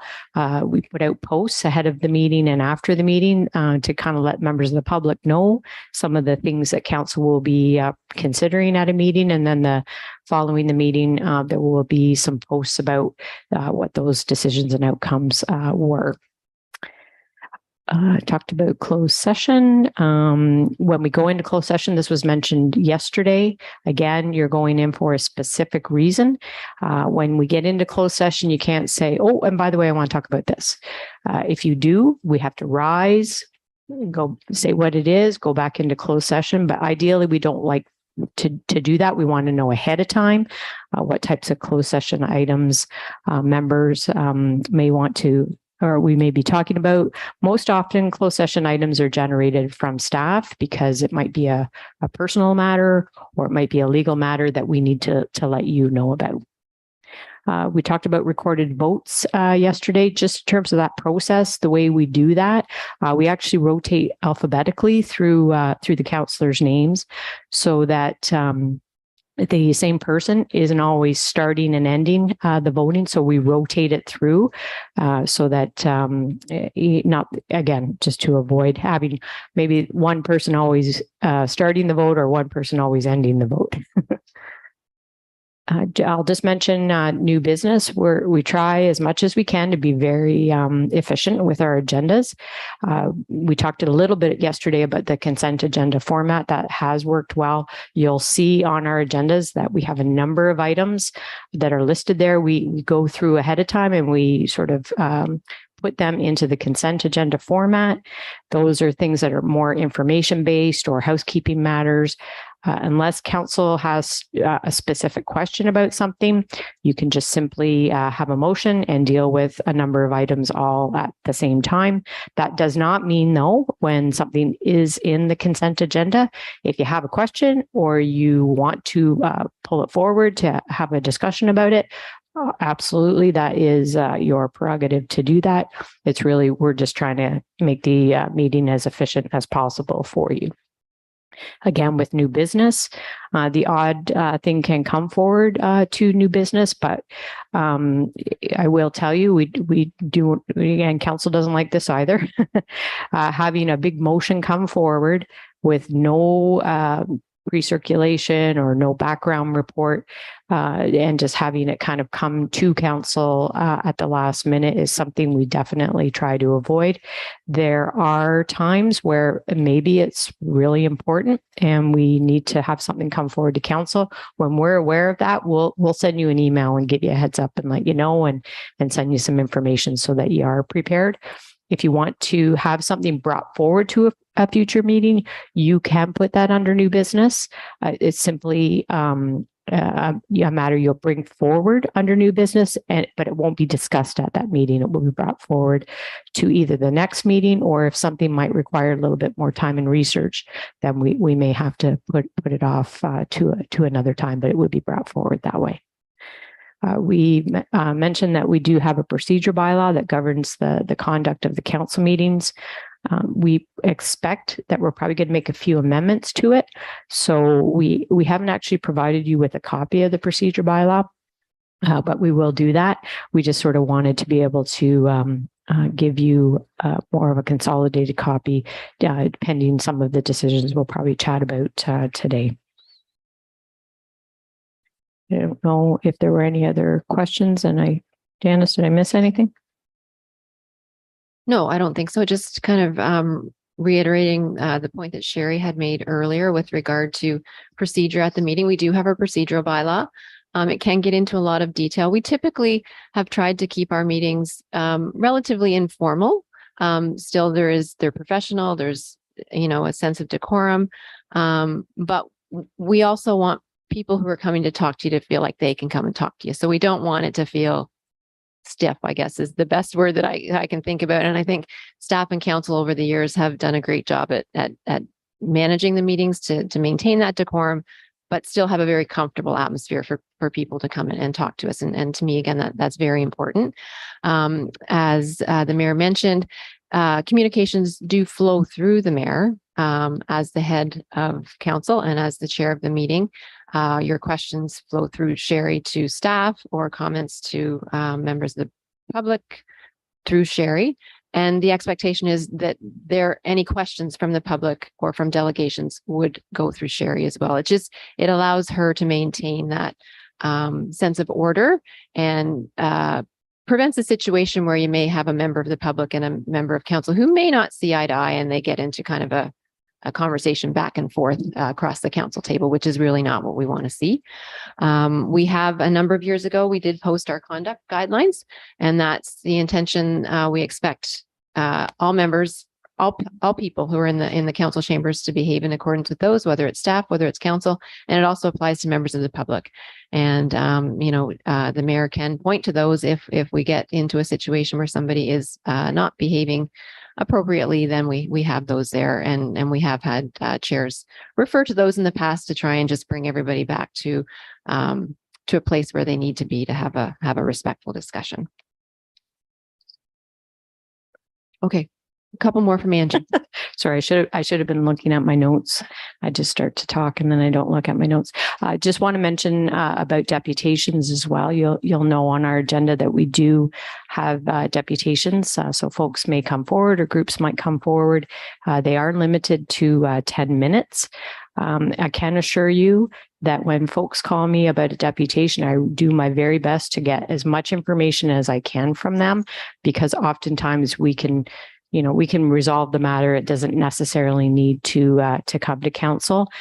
When there is a matter that might be a little bit contentious, I'll often get phone calls from, maybe 10 different people who all want to say the same thing. Again, mindful that council business, you have a lot of other things to do.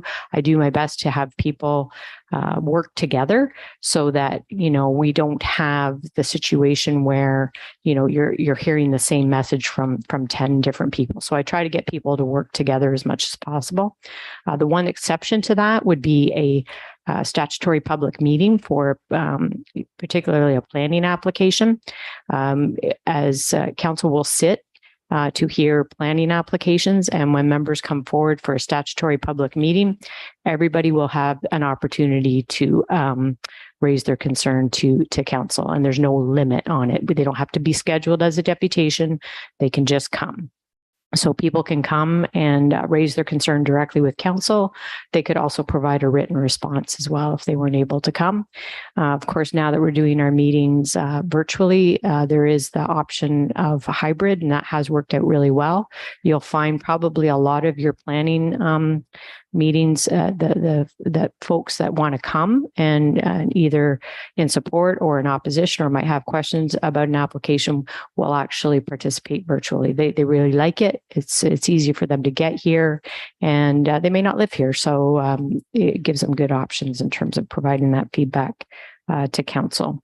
I think Nigel and Fred mentioned pecuniary interest, and I think everybody kind of understands how to declare that. So at the very beginning of the meeting, Sherry will ask if there's any declarations of interest, mention it then, and then at the beginning of the actual time when we're going to speak about it, you should declare again, and typically members will leave the room, so you can just step out into the committee room next door.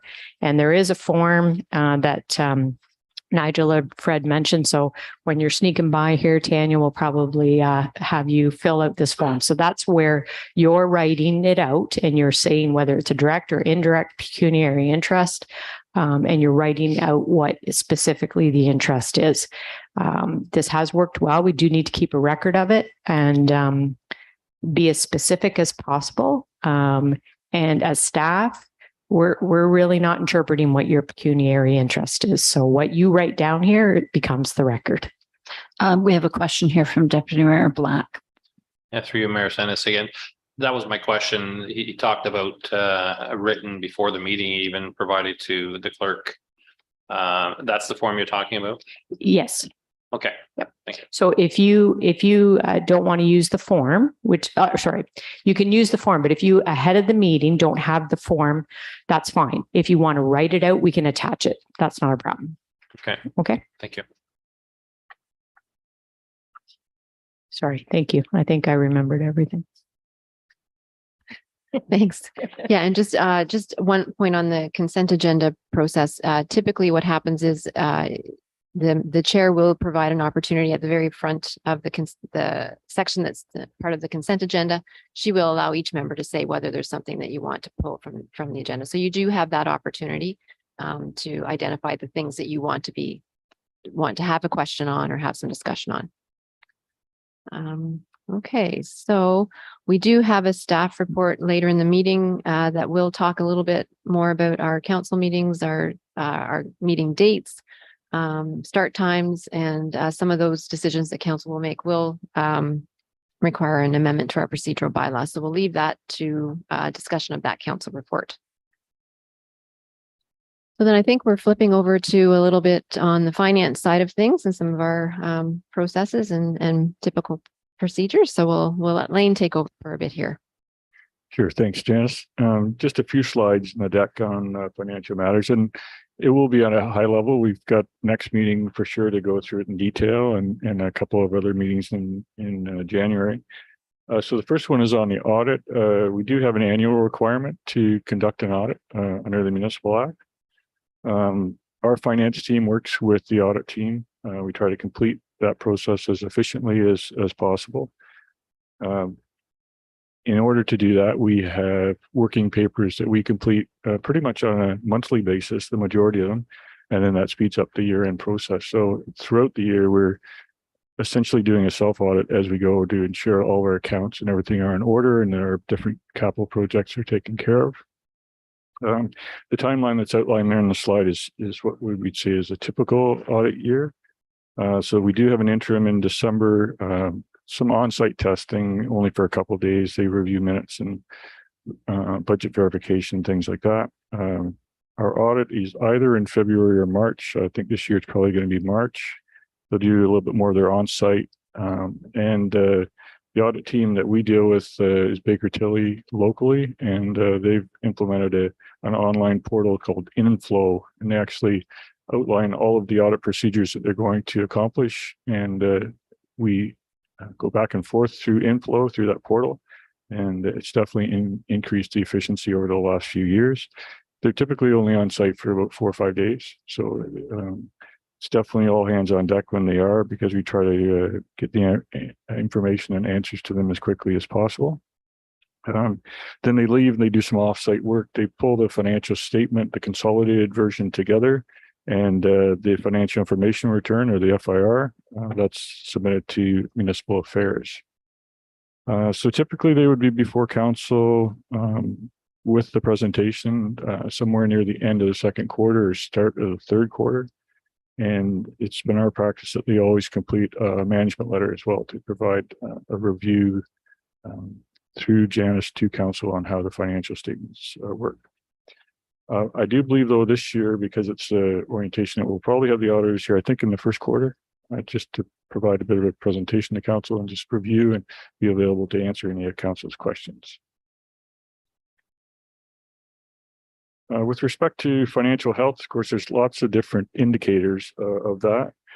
Tax arrears is one that is typically talked about, and municipal affairs establishes about a 10% arrears percentage as an indicator of financial health. If you're 10% or below, then you're in good shape. Selwyn has consistently been below that percentage. I think 2018, maybe one of the higher years for us, we're at 6.8%. We're typically in that 5% range. But to keep in mind that that's not just our taxes that we're collecting county taxes, school boards, ORCA. So it wouldn't be out of the ordinary to have $1 million or $2 million of tax arrears on an ongoing basis. COVID definitely provided some challenges to us in that regard, but we're getting back to what I would refer to as active arrears management. So we're reviewing any accounts that would have more than 3 years in arrears, and then there's a whole process that we go through there in terms of dealing with our ratepayers and trying to get a good payment plan in place. With respect to other municipal affairs comparisons, assessment information is one. We definitely have many different ways that we could look at current value assessment. We've looked at it as a typical homeowner, and that's a number that we've used for a number of years, and we've indexed it in. Right now, it's in around $315,000 for a current value assessment of a home. If you looked at, say, the median, which is that midway point where you have equal number above and below, it's 275 based on ours. If you were to look at something that municipal affairs uses, which is more weighted assessment, that's about $375,000. So there's lots of different ways that you can look at that. And we've always dealt with the typical homeowner, but I think this year in the budget, I'd like to present some other options for council to consider. And, you know, those ones that I went through for sure, and maybe some other ways of looking at it as well. Assessment changes are going to actually vary very widely on given ratepayers based on the home type, where it's located and different things like that. So all we can really do is deal with the residential class as a whole and try to take a look at that and present the best case argument to council when we're looking at that. With respect to tax rates, Selwyn has consistently maintained the lowest tax rate in the county. But having said that, council can really only control the one side of that equation, which is the expense side of the calculation. So assessment growth is the other side. So I've always cautioned council on that, in that if we do have a large development in a neighboring municipality, typically a large waterfront development, then that could tip the balance a little bit. We're pretty close with Douro Dummer and North Kawartha in terms of our comparators. We still do have fairly significant room with respect to the residential tax rate. But it's our job, I guess, as management to present the arguments at budget time. We would balance assessment growth, outside grants, outside revenues that would come through, and then net expenditures. And that's what we present to in our budget presentation to council. A little bit on reserve levels, but I think that's on the next slide as well. So the obvious question that I do get from councillors as we get more familiar with each other is, well, when is enough, right? In terms of our reserve level, and do we have enough? And as a finance guy, I'm going to say no, we never have enough in terms of reserve. But just to give you a bit of an indicator on where we are, we do have still some ward-specific reserves in the area of Ennismore, Summon Smith, in the library in particular. And so under the minister's order that goes way back to 2001, we do need to use those reserves in the ward in that they're intended for. But we are doing, I would say, a good job at using those reserves up. And what I mean by that is that it gives council then the flexibility to use reserves wherever they see fit within the municipality. We have at the end of 2021, as an example, about $24 million in reserves. But many of those are encumbered in a certain way or another. So we about 8 million of that 24. So about a third is for water and sewer, and they can only be used for water and sewer. About 3 million for protection of persons and property. So that would be police or the building inspection reserve. We have about $7 million for hard assets. And so that would be any infrastructure, facilities, fleet, equipment, things like that. $3 million in council-specific reserves. So those are more program-specific reserves, things like the community improvement plan, physician recruitment program, things like that. And then we have about $3 million in reserve funds or deferred revenues. So that's parkland reserve or development charges, things like that. So as I mentioned, many of those are bound by legislation or otherwise encumbered, but council will get a full review of all that at budget time. Talk about grants a little bit. So we have unconditional and conditional grants. Really, the only unconditional grant is our Ontario Municipal Partnership Fund, or UMP, as we refer to it. It's really the only one where the province just provides us with money and says, "There, council, it's up to you, and you're accountable for how it's going to be used." That figure varies a bit, but it's around $1 million. I think it's going to be about $1.1 million in 2023. We provide a detailed review of what we use that for, and we have used it typically just for one-time or capital-specific items. We do also earmark a certain portion of that to cover our deficits at the arenas, and we have deficits at both of the arenas on an ongoing basis.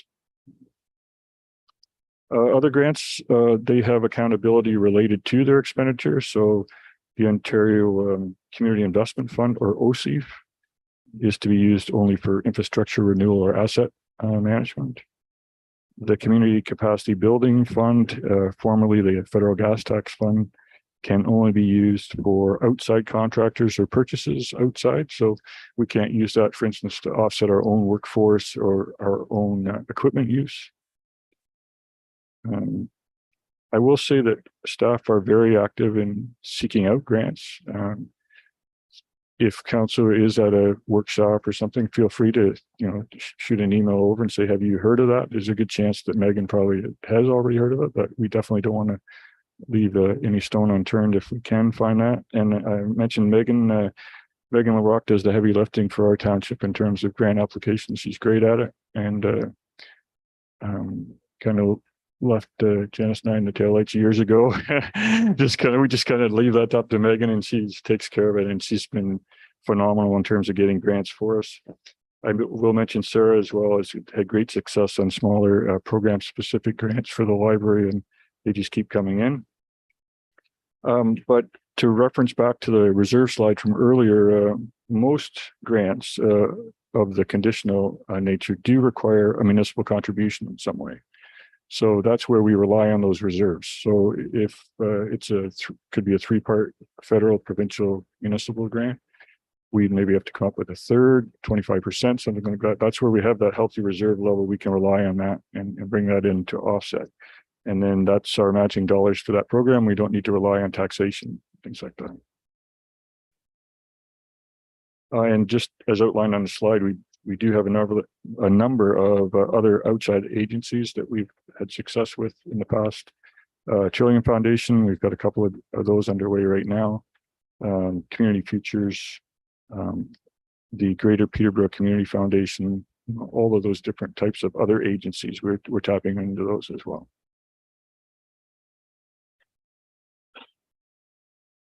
And a little bit now just about the budget.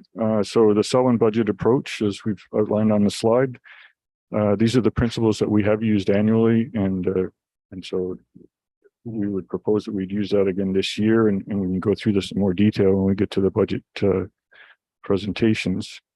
Real growth is essentially that value of increased assessment through new builds or renovations or things like that.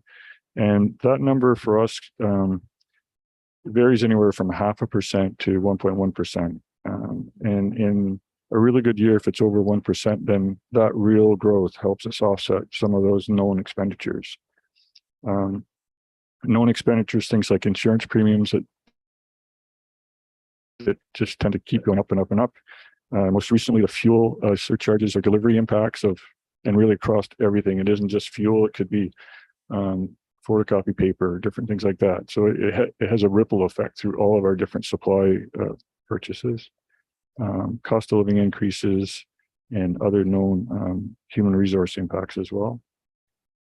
Strategically, we rely on the strategic plan. All service levels flow from that strategic plan down through the other plans and any of those ones that Janice had outlined previously. Our initial approach in budget is always to maintain services. We wouldn't just arbitrarily cut services.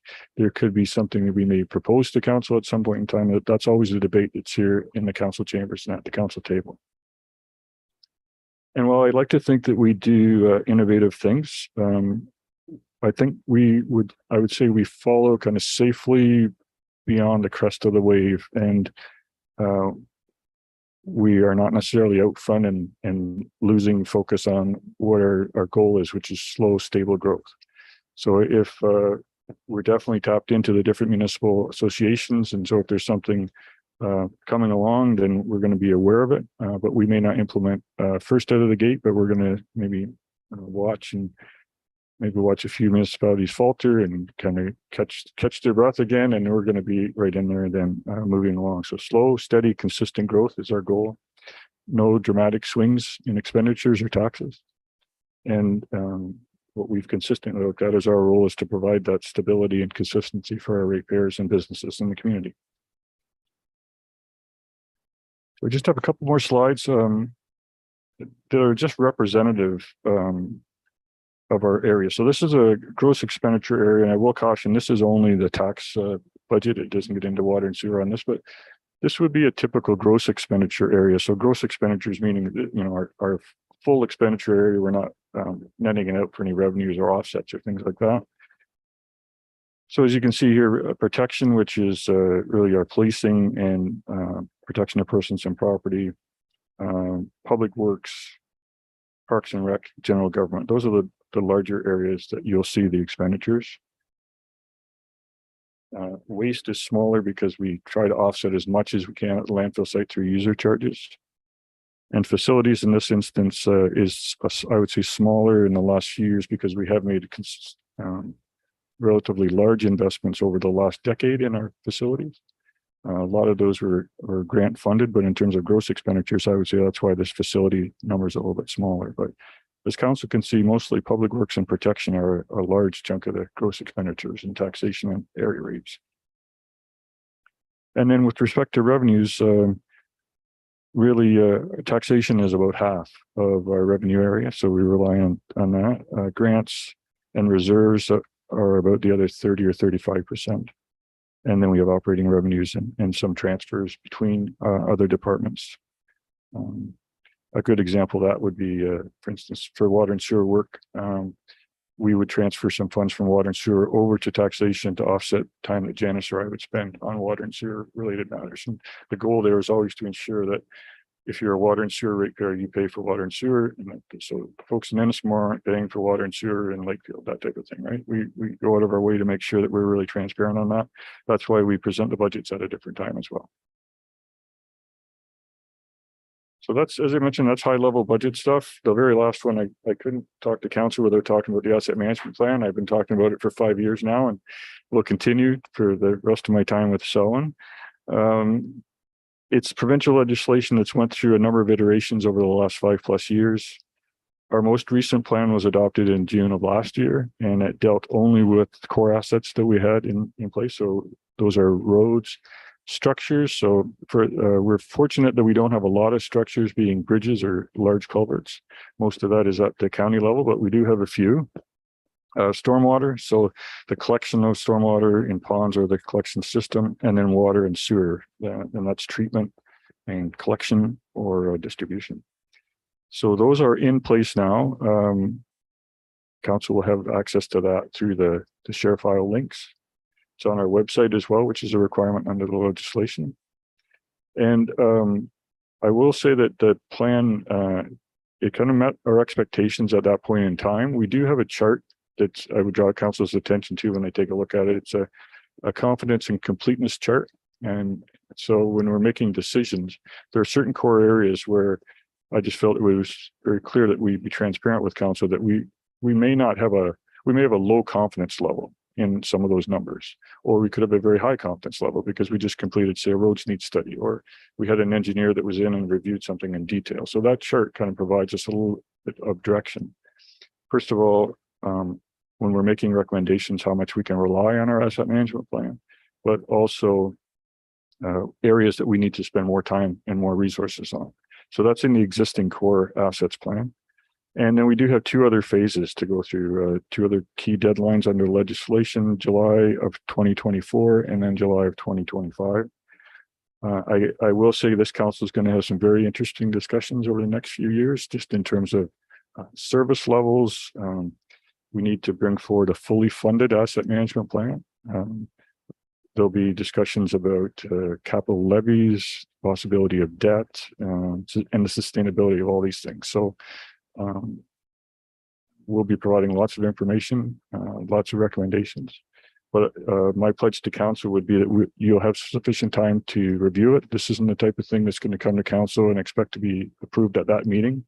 Even when we laid out the core asset management plan, council, I think, got sick of me bringing it, but it was like over a 3-month period that we brought reports. We updated council as we went. So that's the type of approach that we'll take with these other plans as well. The July 2024 asset management plan will be just more of an addition of additional assets. It's really the discussion in 2025 after we've had our strategic plan in place and after we have a full asset management plan in place that we really start to talk about levels of service and fully funding those levels of service. And that will be a year of a lot of discussion and a lot of debate, I think, for sure. But that gets through my financial components. Janice. Any questions or carry on? Okay. Thanks, Lane. So I think I know that at your session yesterday that they did talk a little bit about the Safe Drinking Water Act, but that is one that I like to go over with you again.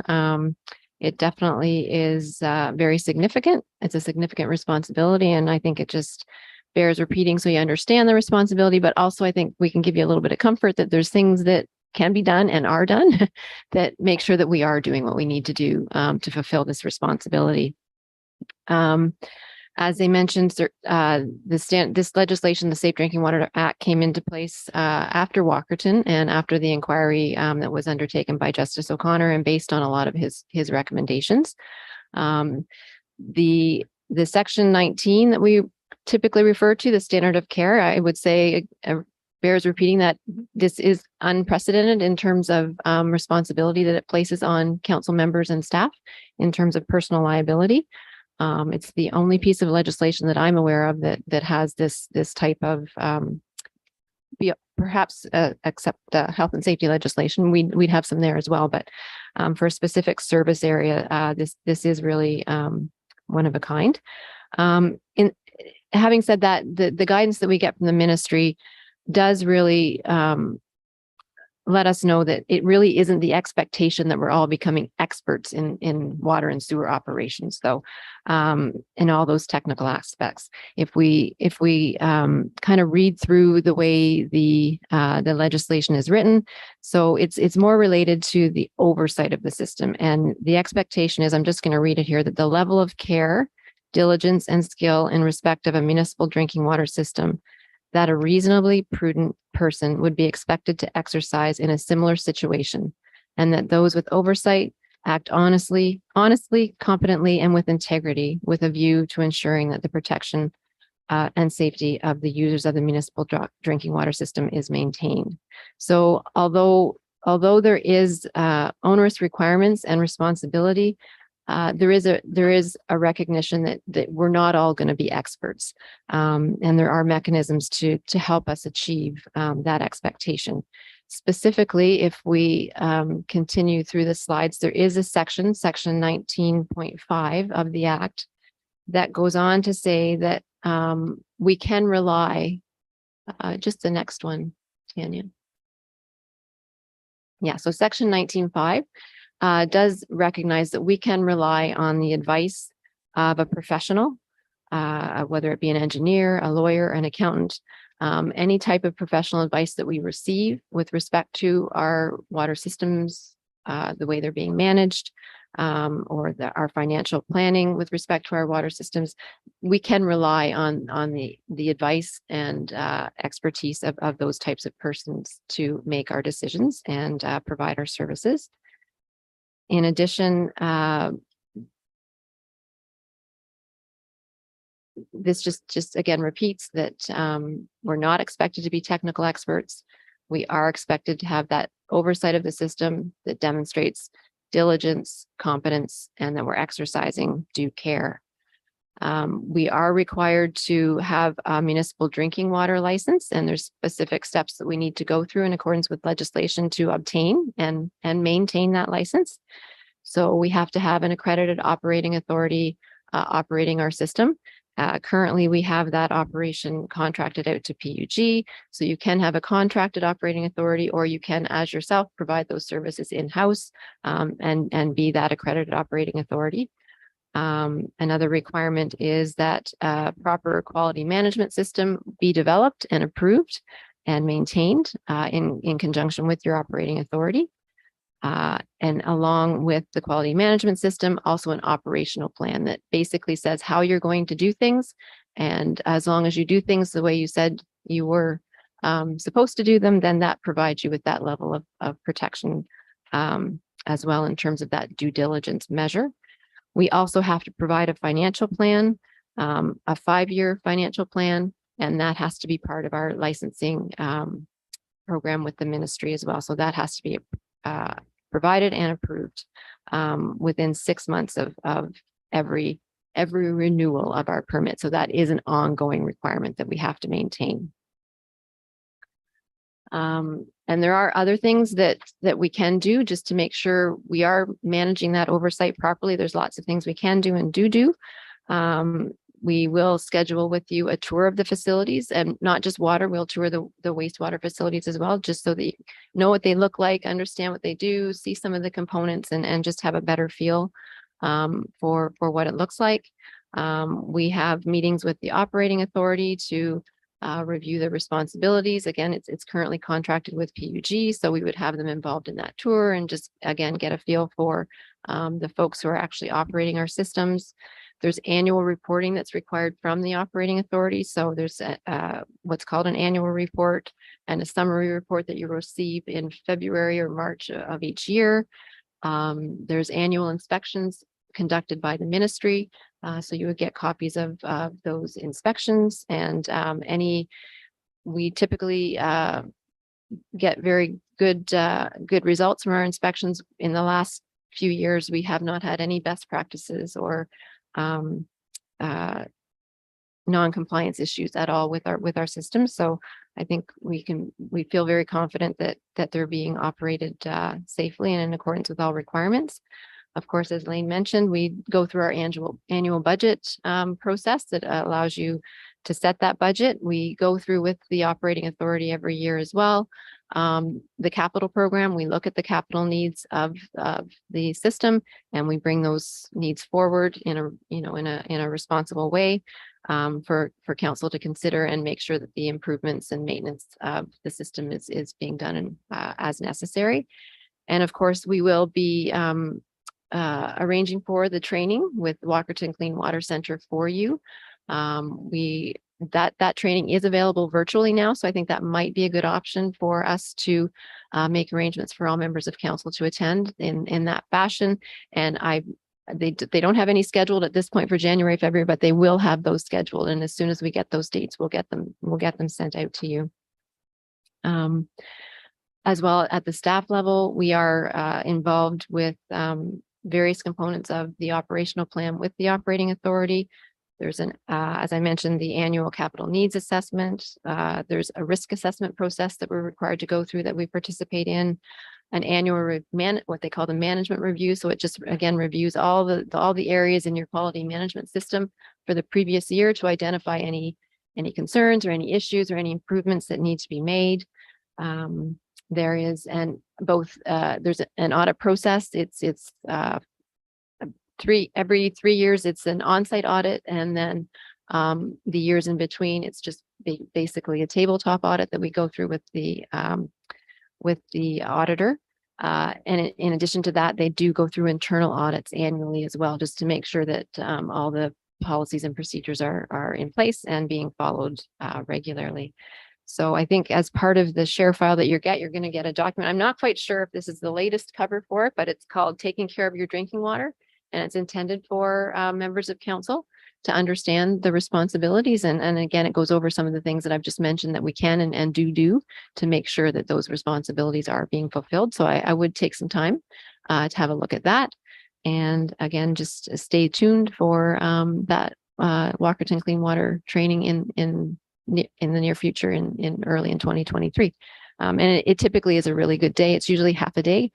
They do have good presenters, and it is a really good session for council to attend. Are there any questions with regards to the Safe Drinking Water Act?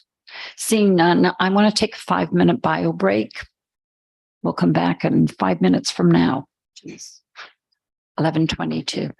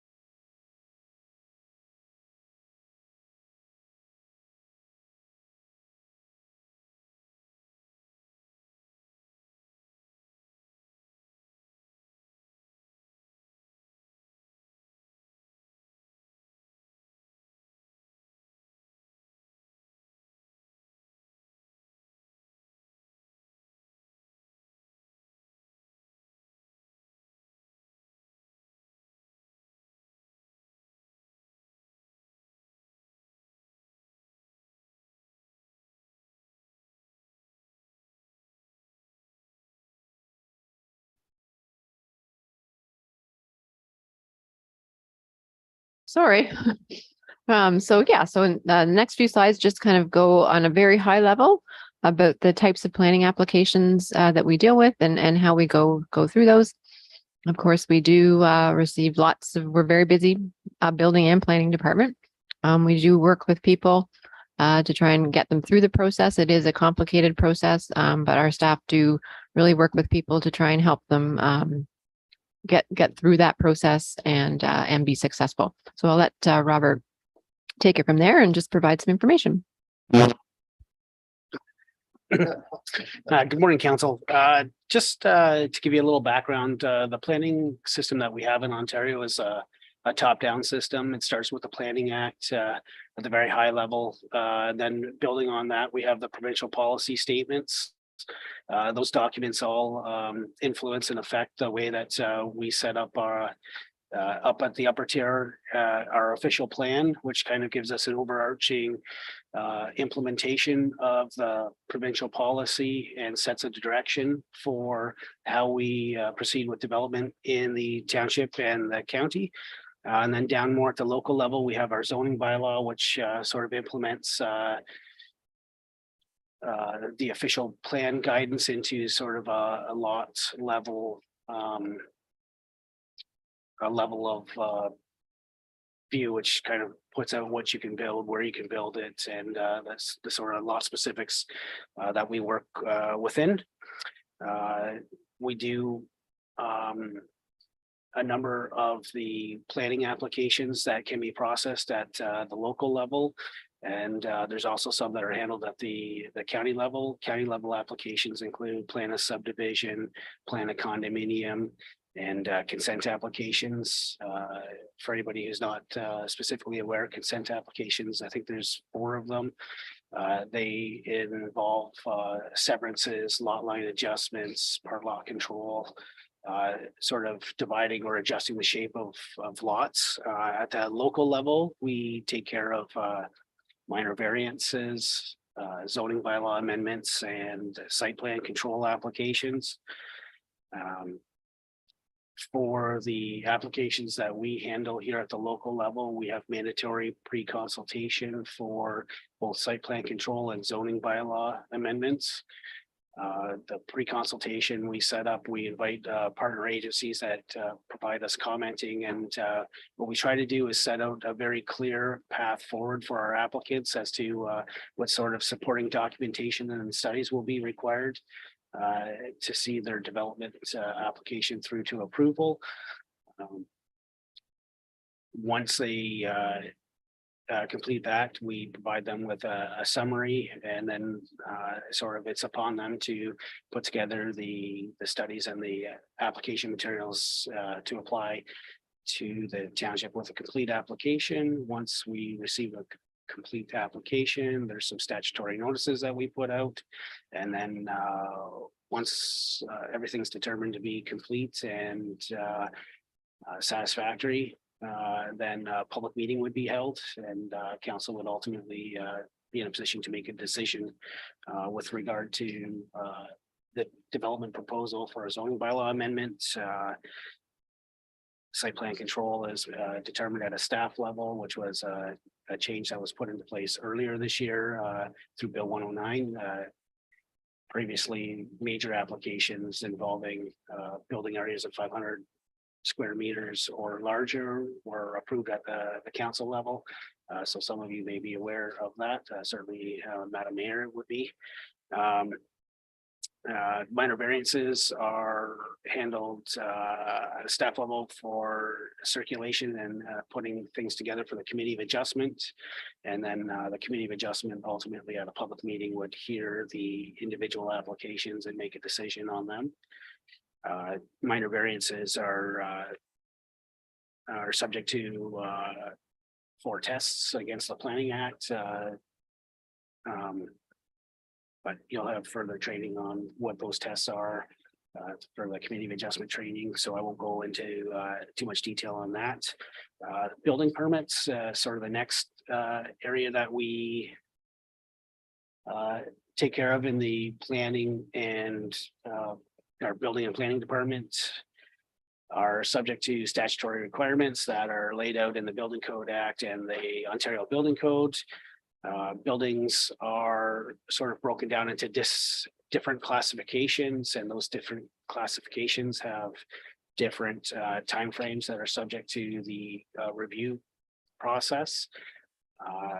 The chief building official has a statutory obligation to issue a building permit. So once conformance with all applicable law and conformance with the Ontario Building Code is demonstrated, we are required to issue a building permit. The prescribed timeframes for the different classes of buildings. The most common example would be for a residential development. The period of timeframe for either the issuance of a permit or issuing a notice of why a permit was not issued would be 10 business days. So it's a very common timeframe, 2 weeks to get a building permit. It's not quite as simple as that, but it's 2 weeks for us either to issue the permit or issue a notice of deficiency as to why something wouldn't be issued. I have a question for you. Bill 23 is going to be making a lot of changes to the way we do business. Are we going to be getting a report from the planning department or from staff to council to let us know what the changes are and how they affect either applications in process or new ones? So I believe that would be something we'd be looking to bring forward probably in January. We are going to touch very briefly at the next regular council meeting on a couple of the items that affect our site plan control, zoning bylaw, pre-consultation materials. So you'll look forward to that, and then we'll have to process, because that is a very large bill with a lot of implications and changes, and some of it's in effect immediately, some of it's I believe they put it to be determined. So we don't even know what the full effect of those regulations, and it sounds like there'll be additional bills to further implement some of the future stuff, but we will look to put something together for council for the first meeting in the new year. Thank you. Yeah, so going back to what I was talking about for building permits, one of the most important pieces was the applicable law. So in order for us to review and issue a permit, we have to receive a complete application. We have a couple of day period to determine if an application is complete, and some of the most important aspects of the complete application would be satisfying the applicable law components, which would be conformance with our zoning bylaw, receiving public health permits when sewage systems are required, and having ORCA permits when conservation approvals are necessary. So if those components are required, we cannot proceed with reviewing and issuing permits until those approvals are in place. So that can often affect perceived timeframes around approvals.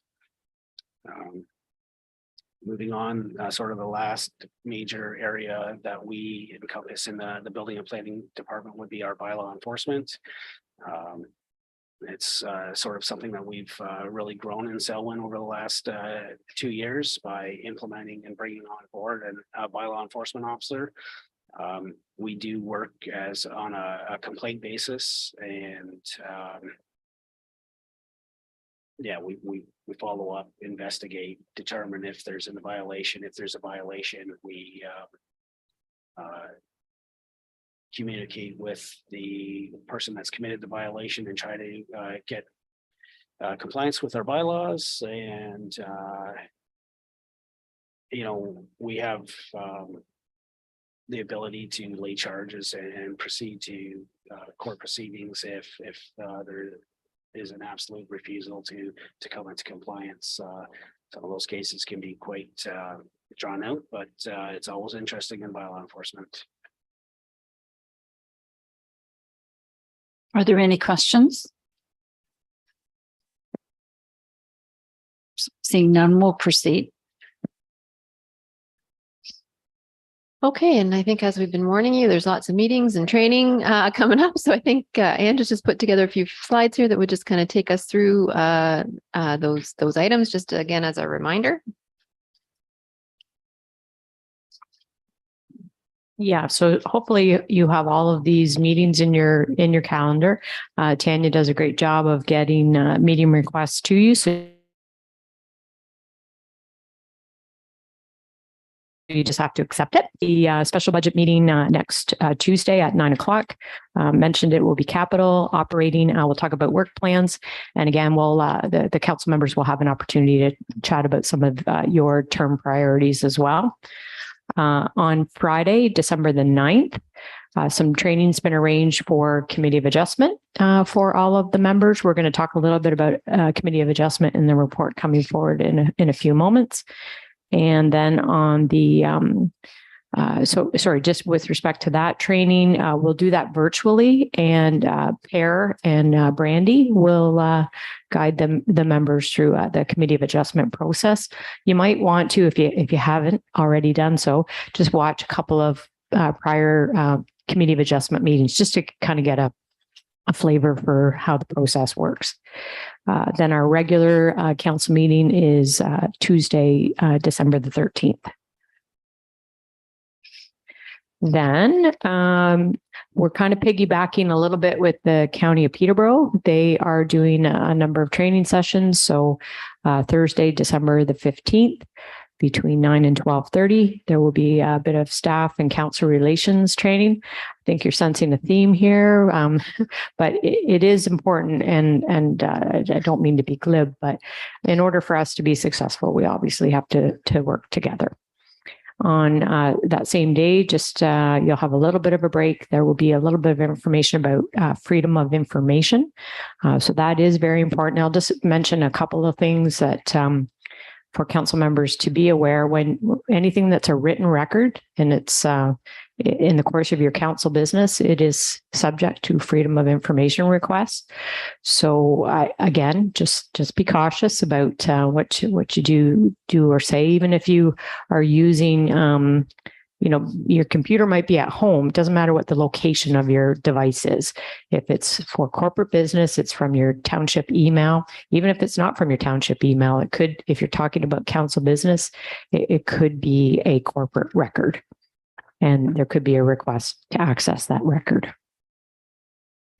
We have our regular council meeting scheduled for January the 17th. We are going to talk about our meeting start times, but currently it's scheduled for 5:00.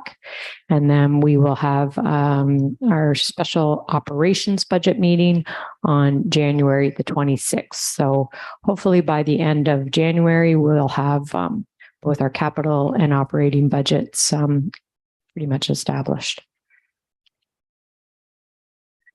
And then we're going to chat as well about this with my report coming up, but we want to arrange for some further special meetings. We like to do a water and wastewater tour. Janice mentioned that in her materials. We also like to do a tour of some of our major roads, maybe some upcoming road projects that will be considered in the budget year or future budget years. Take a look at a couple of our parks and recreation facilities. Usually a tour of the arenas is on that schedule, but if there was some specific area you were interested in touring, maybe you could let us know. We will arrange for some good comprehensive building and planning training. Robert did provide a quick overview, but there's definitely a lot to know in those two areas. Because we work with the county, we'll include the county for that training as well. We'll talk a little bit about town hall meetings later on. And then, of course, when Chief Knott was here, we talked about the tri-council meetings. This is something we had done in the past. It's been a good exercise to meet with. Our tri-council meeting has involved Trent Lakes and Curve Lake. We hear that maybe another municipality will want to join in. So we're, I don't know what quad council meeting, I'm not sure what we call it, but so we'll come back to the group with a little bit more information there. And then we'll also take a look at incorporating some specific training into our regular county council meeting schedule. So maybe having our insurer come and talk about risk management and liability. Just would like to have one comment on this in terms of managing risk. We do often have people, threaten to sue us. So you may get a call from somebody, concerned about a situation. Make us aware. When we're aware of things that aren't safe, we want to be able to fix them. But please do not say, "Oh, yes, that's terrible." Our insurer won't like that. So just be cautious about using language like that. We have an insurance program. They do investigations. They provide us with coverage. So we don't want to get in their way. The last thing we need to do as a corporation is to not have proper insurance coverage for a claim against us. Otherwise, all taxpayers will end up paying for that. We'll have the township solicitor come and speak with council. There will be a presentation from our auditor. As Lane mentioned, we'll try to do that early in 2023. Talk a little bit about our audit process and asset management planning, Lane's favorite topic. And Municipal Property Assessment Corporation, we could have them come as well. It's always a good session. They can do a quick 10-minute session for council, give you a little bit of an overview of the assessment process. Always interesting. And as Janice mentioned, there will be some online training for the standard of care training for water systems.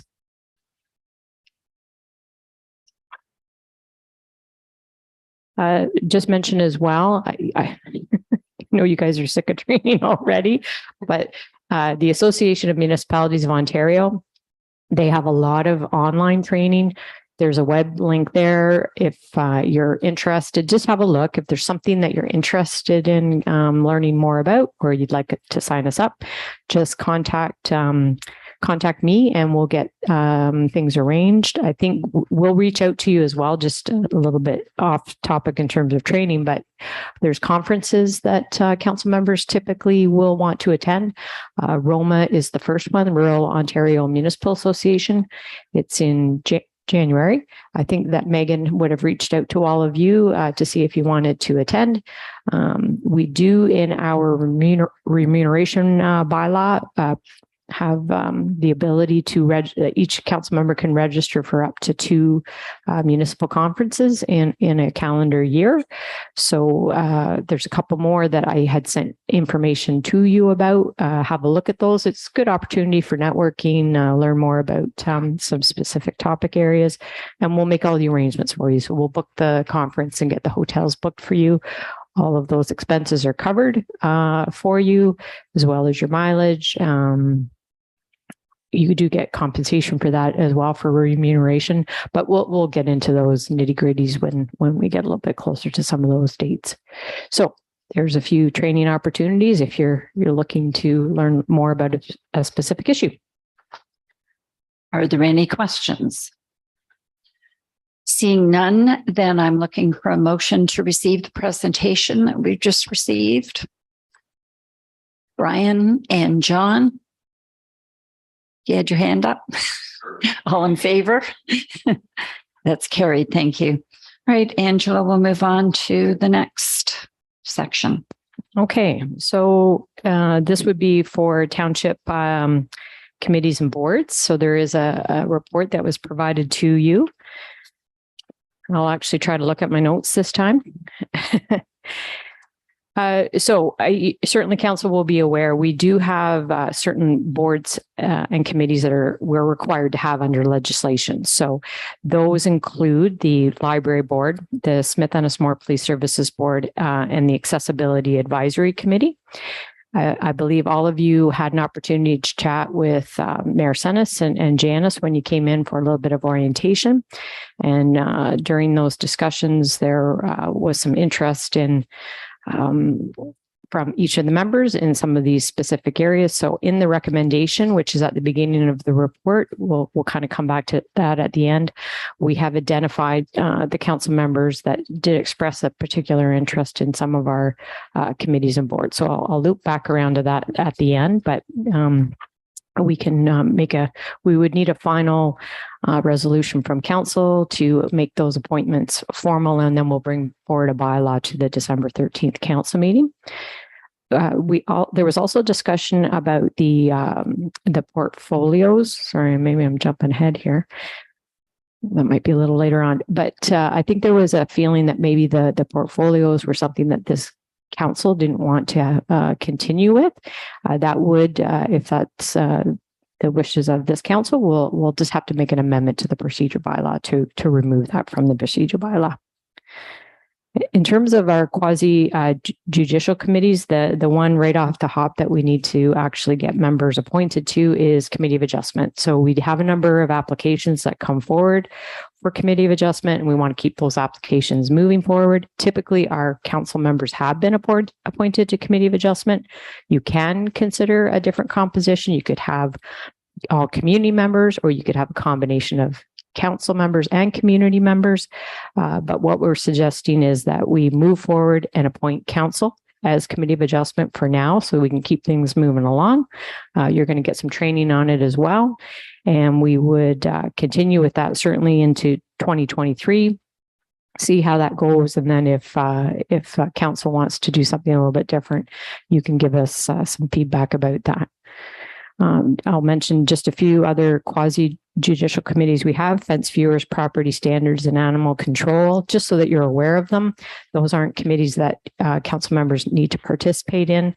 They follow specific legislation, and essentially they're an adjudicating body when somebody is appealing a decision made under some specific acts. Moving along, we do have a few advisory committees. So these committees are completely discretionary. Council does not have to have them. You make a decision to have them or not. The three committees that we're kind of highlighting right now are the Trails Advisory Committee, Parks and Recreation Advisory Committee, and Economic Development and Business Committee. Earlier in 2022, we did a survey of our committee members just to get a little feedback from them about how the committees were functioning. There really was positive feedback overall. However, we did see a common theme where some of the members felt that they didn't have a real purpose, and maybe they were hearing information, but they didn't really feel like they were actioning anything. And I think in part that's it's just the function of how we deal with committees at a municipal level. A lot of people in the community that are on a community committee, you're there, you're doing the work, you're setting budgets, you're deciding what your program is. When they come to a council committee, they think they're going to do all that work at a council committee, and they're really there to advise council. Council members are the ones that are making the decisions. You were elected to do that. You have a fiduciary responsibility, so you're not abdicating that role to a community member. That's your role to do. So sometimes that can create a feeling for a community member to feel that they're, why am I here? What's my purpose? What am I doing? So we're proposing that you might want to think about a different approach. We did ask about this in the survey, and there certainly was support for it, to move towards a more ad hoc type of an approach. So you would form a task team or a working group, whatever you may want to call it, to come together to look at a specific issue. And I know that Sherry will be familiar. We did, when we developed the Bridge North Trail, that we had an ad hoc committee come forward. There were community members on it. So we had some members of the Bell Rotary. We looked at some grants, some funding, maintenance. We talked with property owners. It was time bound. It was for a specific reason. The people that were there were interested in that issue, and we built a trail, and we were done. And then the committee members moved on. It just made them feel that they had a purpose. So that is certainly an approach that council could take. If indeed you wish to do that, what we would suggest is that you give us that direction, and we would come back and develop a little bit of a protocol or a framework of how council would consider forming those committees, or working groups, pardon me. I'm using the wrong term already. We only have so many resources as well. So we can't have 16 task teams. It's just, we're not obviously going to be effective with that. So we would kind of come back with a bit of a framework. It might be a bit of a checklist. So if council wants to form an ad hoc group, then, does it meet something in our strategic plan? Does it meet something in one of our other sub plans, maybe our recreation services plan? Do we have the resources to actually support that work? Is it something that we can expect a good outcome from? Is it something that we need to do? So we would have a bit of a purpose and a goal statement. We could set up a bit of a terms of reference and think about how the committee would function.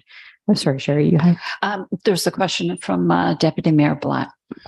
Thank you, through Mayor Senes. I think the staff report's a great way to go at this point. My question is, so we have something come up that we want a project put around. How do you go about getting those members? Will those members be identified ahead of time and saying you're kind of on call if we need a group, or do we have to go out and ask for, because that's again a whole month, Right. 6-week process of getting applications and who wants to apply. So is your thought that we would have a predetermined, almost like the committee that's there now, but say we'd only meet ad hoc when there's a project, or what's your thought there? Yeah, I don't know that could work in all circumstances, because every topic could be a little bit different. So I think you could look at it two different ways, depending on the circumstance. Yeah, if it's very specific, council might say, hey, this is who needs to be at the table. Let's just approach them directly and have them be involved. If it's something that's like a bigger project that might take place over a longer period of time, then you might have the time and actually seek out members of the community to apply and go through it that way. So I think it would just depend a little bit on what the subject was, and it may be more even working with a specific community group that has a specific interest, or it's their area of expertise, and you would work with them. To follow up through Mayor Senes. So I guess, just from a timing point of view as well. So for instance, Park and Recreation, there's probably a dozen different groups out there that would go to that committee if they have a concern about a trail or a garden they want to build or something to do with arenas. Those people are going to end up coming to council now directly.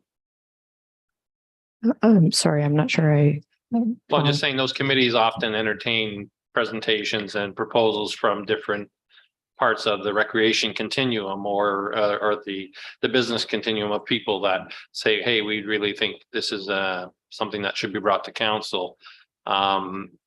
There isn't that body for them to come to prior to council. So are they going to end up coming to council? I guess is my question. That could be the case. That there was nothing to prevent somebody from doing that anyway, right? There was no requirement, say, for them to go to the Parks and Recreation Committee first. Yeah.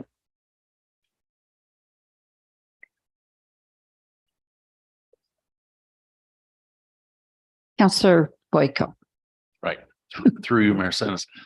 Should a member of council wish to propose a working group, a particular project that a working group could look at, what would be the process through which the member of council could propose such a group? So that's where I think we would, as a staff, we would come back to council and sort of set up a framework to assess that and what that procedure would be. So that's coming. Okay. Yes. Thank you. Councillor Koulis. Through you. I've never seen linked to our training yesterday too, and in the municipal act, like, is this equivalent to committees? And if so, like, is our participation and pay change, or are they going to stay the same? Like, are we going to address that maybe? Yeah, so that I think we would come back in the framework. Typically, our ad hoc committee members have not received remuneration. So that would be something for council to decide. Again, you're looking at maybe something that's a little bit of a shorter time frame, and council hasn't provided compensation to committee or council members to participate on an ad hoc group.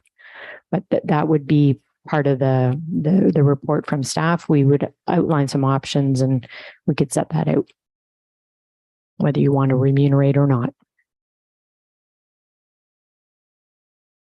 And then I'll just finish with the last committee, the Heritage Committee. We do have a bylaw in place the committee was formed in 2010. So again, it's up to council to decide whether they want to have a Heritage Committee. It is discretionary, but once you establish a committee, then you are required as council to consult with that committee when you're thinking about heritage designations. Bill 23 has included some changes to the Heritage Act, which we do think will have some significant changes on the effectiveness of how our committee has functioned in the past. Tanya and Robert support that committee. So I think we just want to maybe hold off on making appointments to that committee until we know really what that committee's role will be, if anything. It's a little bit frightening, quite frankly. So we're recommending that we just defer that at this time. Staff bring back a report that would outline what the impacts of that legislation will be. So if we just go back to the front page, what we're proposing is that in terms of the legislative committees, this would be for the council appointees to our legislative committees. We would recommend Mayor Senes be appointed to the Library Board, Councillor Henry to the Smith Ennismore Police Services Board, Mary Koulis to the Accessibility Advisory Committee, Ron Black and John Boyko to the Otonabee Region Conservation Authority, and Councillor Boyko as the liaison representative for Peterborough Police Services. Then we would also recommend that the current council members be appointed as members of the Committee of Adjustment. And we would bring forward that bylaw to today's meeting to get that done. And then we would be looking for council direction on whether to keep our current advisory committees or move to the working group model. And again, the deferral of the Heritage Committee appointments for now. And then we would also amend the procedure bylaw to remove the council portfolios, and then that bylaw would be brought forward to December 13th. So if council wants to consider that recommendation and really give direction on the item, let's 1, 2, 3 for the fourth bullet. Yeah, I think first of all, let's have a motion for each one, because different things are going in different directions. So to keep it clear. So first of all, if I can have a motion to go ahead with the appointments that we've got in place for each council member.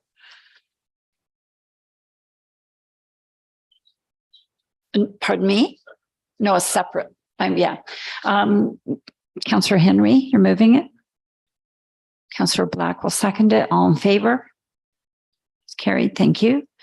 I forgot to put up my hand. The next one is for the Committee of Adjustment. Need a motion to put forward our names for that. So moved by Councillor Boyko, seconded by Councillor Henry. All in favor? That's carried. That we will come back to the other thing in a minute. That we defer the Heritage Committee going forward until we receive further information. Get a mover for that, please. Councillor Koulis, seconded by Councillor Henry. All in favor? That's carried. And we'll come back to the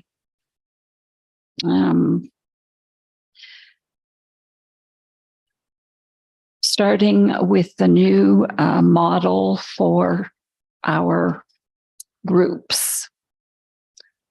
Can I get a mover for that?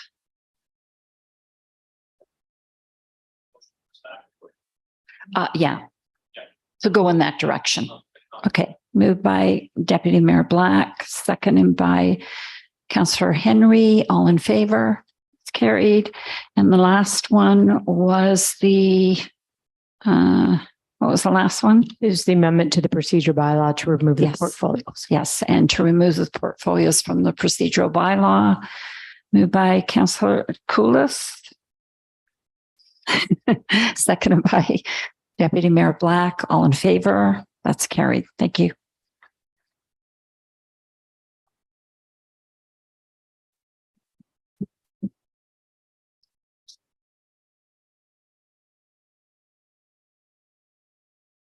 Okay, thank you. So we'll just move on to the council schedule for 2023. So you'll see in the recommendation that we have the dates for the regular council meetings set out for you. We do also schedule the dates to consider for the meetings to consider the 2024 budget. So they're outlined there as well. Budget meetings are special meetings, and we generally start them at 9. So I just want to, I think there's been some discussion about possibly changing the start times for our regular meetings to an earlier time. And we've got a few options, but really options are limitless. We just tried to provide a few scenarios. So if you look at page 3, there are some options. So where we have 2 meetings per month, we would propose that as an option, you could have your first meeting, the first Tuesday meeting could start at 2, and then the second Tuesday meeting of the month, where we would have committee of adjustment as well. We could do committee of adjustment from 1 to 2 and council at 2. I'll just mention as well with committee of adjustment, we schedule an hour for committee of adjustment, but if we only have 2 applications, we're not starting the meeting at 1. We'll back it up, and we might start it at 15 minutes prior to the council meeting start. So you'll see that those start times for committee of adjustment will change depending on the number of applications that we have. As another option, we could have an earlier daytime meeting for our first Tuesday meeting, maybe starting at 1. And then for the second meeting in that month, if we wanted to keep a later day meeting, that might be more convenient, perhaps, for members of the public who might be coming for a committee of adjustment or a planning application. We could have the committee of adjustment between 4 and 5, and then council starting at 5. And then, of course, another option is to just have an earlier meeting than our current meeting start times, and maybe our first meeting of the first Tuesday meeting could start at 4, and then the second Tuesday meeting, again, the council meeting would start at 4, but we would do committee of adjustment between 3 and 4. During the months where we have only 1 meeting per month, we do have to do committee of adjustment and council. So we like to just do everything at the same time. It's much more convenient for the members. And then we would propose the options there, which really are the above, where you have your 2 meetings. You're just looking at the second Tuesday timeframe brought forward. So we would like a little bit of feedback about the start times, and then maybe I don't know if you want to just chat about that first, and then we could talk about some of the other special meeting dates and get those scheduled. So it has been discussed that there are other townships that have their meetings during the day. For the most part, in Peterborough County, they either begin at 9:30 in the morning or 1 in the afternoon. There are a couple that have them start at 5 because they are accommodating council members who have full-time jobs, and that's the earliest they can get there. I've had training for the head of council both yesterday and through AMO. And both times it was mentioned, albeit very briefly yesterday by Nigel, that one of the things that is going to probably come forward to us as a council, as it will to other municipalities, that we will have to have a policy on diversity, equity, and inclusion. And it's the inclusion part of that that I'm speaking to. We want to encourage people to run for council from various areas of the stage of their life. And in the past, there was a lot written that most people who applied to run for council were retired, because they had the opportunity and the time to do it, and they didn't have other full-time jobs. I know that there are some people who have run for council who had a job and then found just how much work there is to the council position too. So you really end up with 2 full-time jobs. In our particular case this term, we have a young mother with young children, and she would find it easier to be able to, and I'll let her speak for herself, but that it would be easier if we had the council meetings start at 1 so that they could commence and hopefully be done by the time her kids are done in school. So I'm all in favor of supporting our council member, and it appears that the rest of council is not adverse to a change in time where we begin our council meeting at 1 p.m. So I will leave it to the rest of you to have your say, and we'll come to a decision. Thank you. Deputy Mayor Black. Through Mayor Sennis, yeah, I mean, I support that approach. Certainly, daytime meetings are fine with me. I support the idea of doing that. I prefer the afternoon than morning meetings. It gives staff and council a chance to look at additional information, that sort of thing, before the meeting if something does come up, because we'd only have basically Monday to talk to staff about issues. So I think the afternoon on the Tuesday is better timing than 9:30, as some other councils in the county. But again, most councils in the county have moved to daytime meetings, and so I do support your train of thought on that, but I'd be interested to hear from the other members of council as well. Thank you. Councillor Koulis.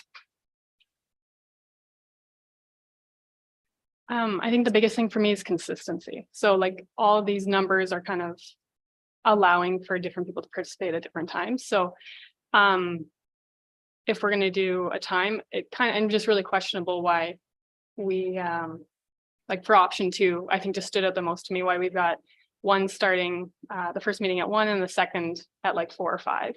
And I kind of just want to hear more about that option and the staff's reasoning for that. If you could go into more depth for that. Yeah, that second time was really selected for the planning application. So right now, a lot of our applicants, agents that work on behalf of applicants, they're used to kind of something a little bit later in the day. And you may have members of the public that want to participate in the meeting and have comment on it. So again, they might be working through the day and not be able to participate in a public meeting. So we just wanted to make that as an option.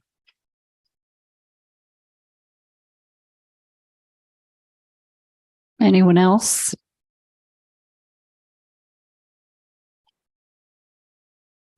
So, yeah, Deputy Mayor Black.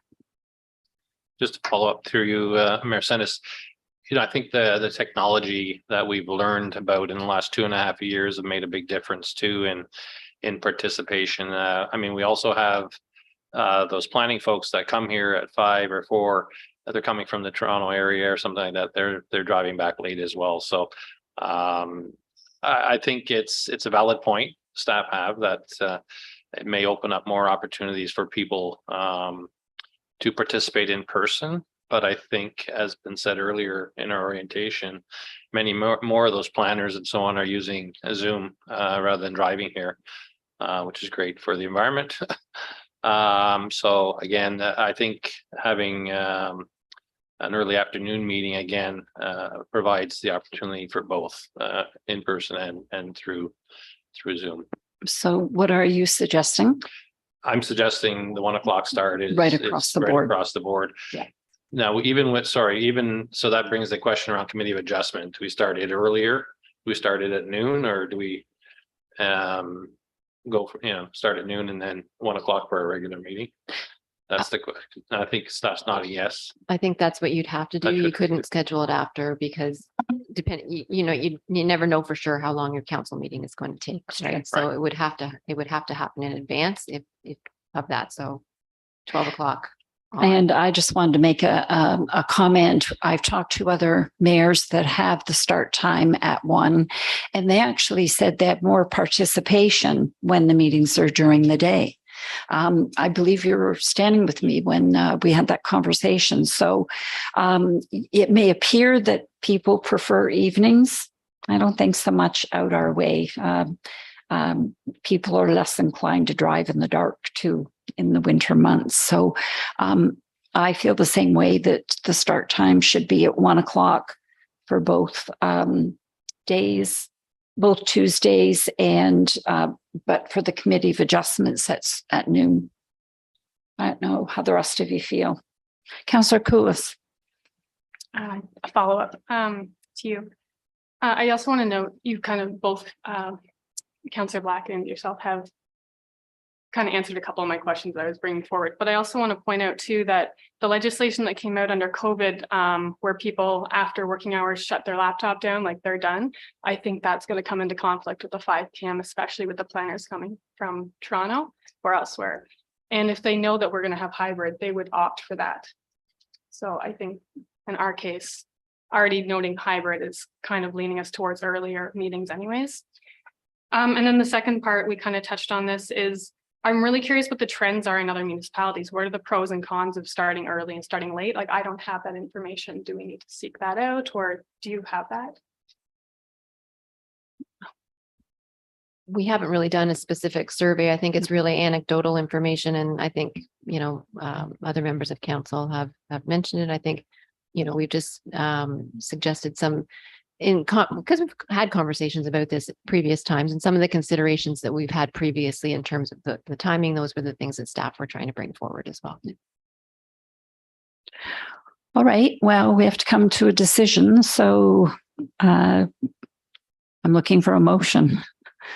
I can't make it. Councillor or Deputy Mayor Black.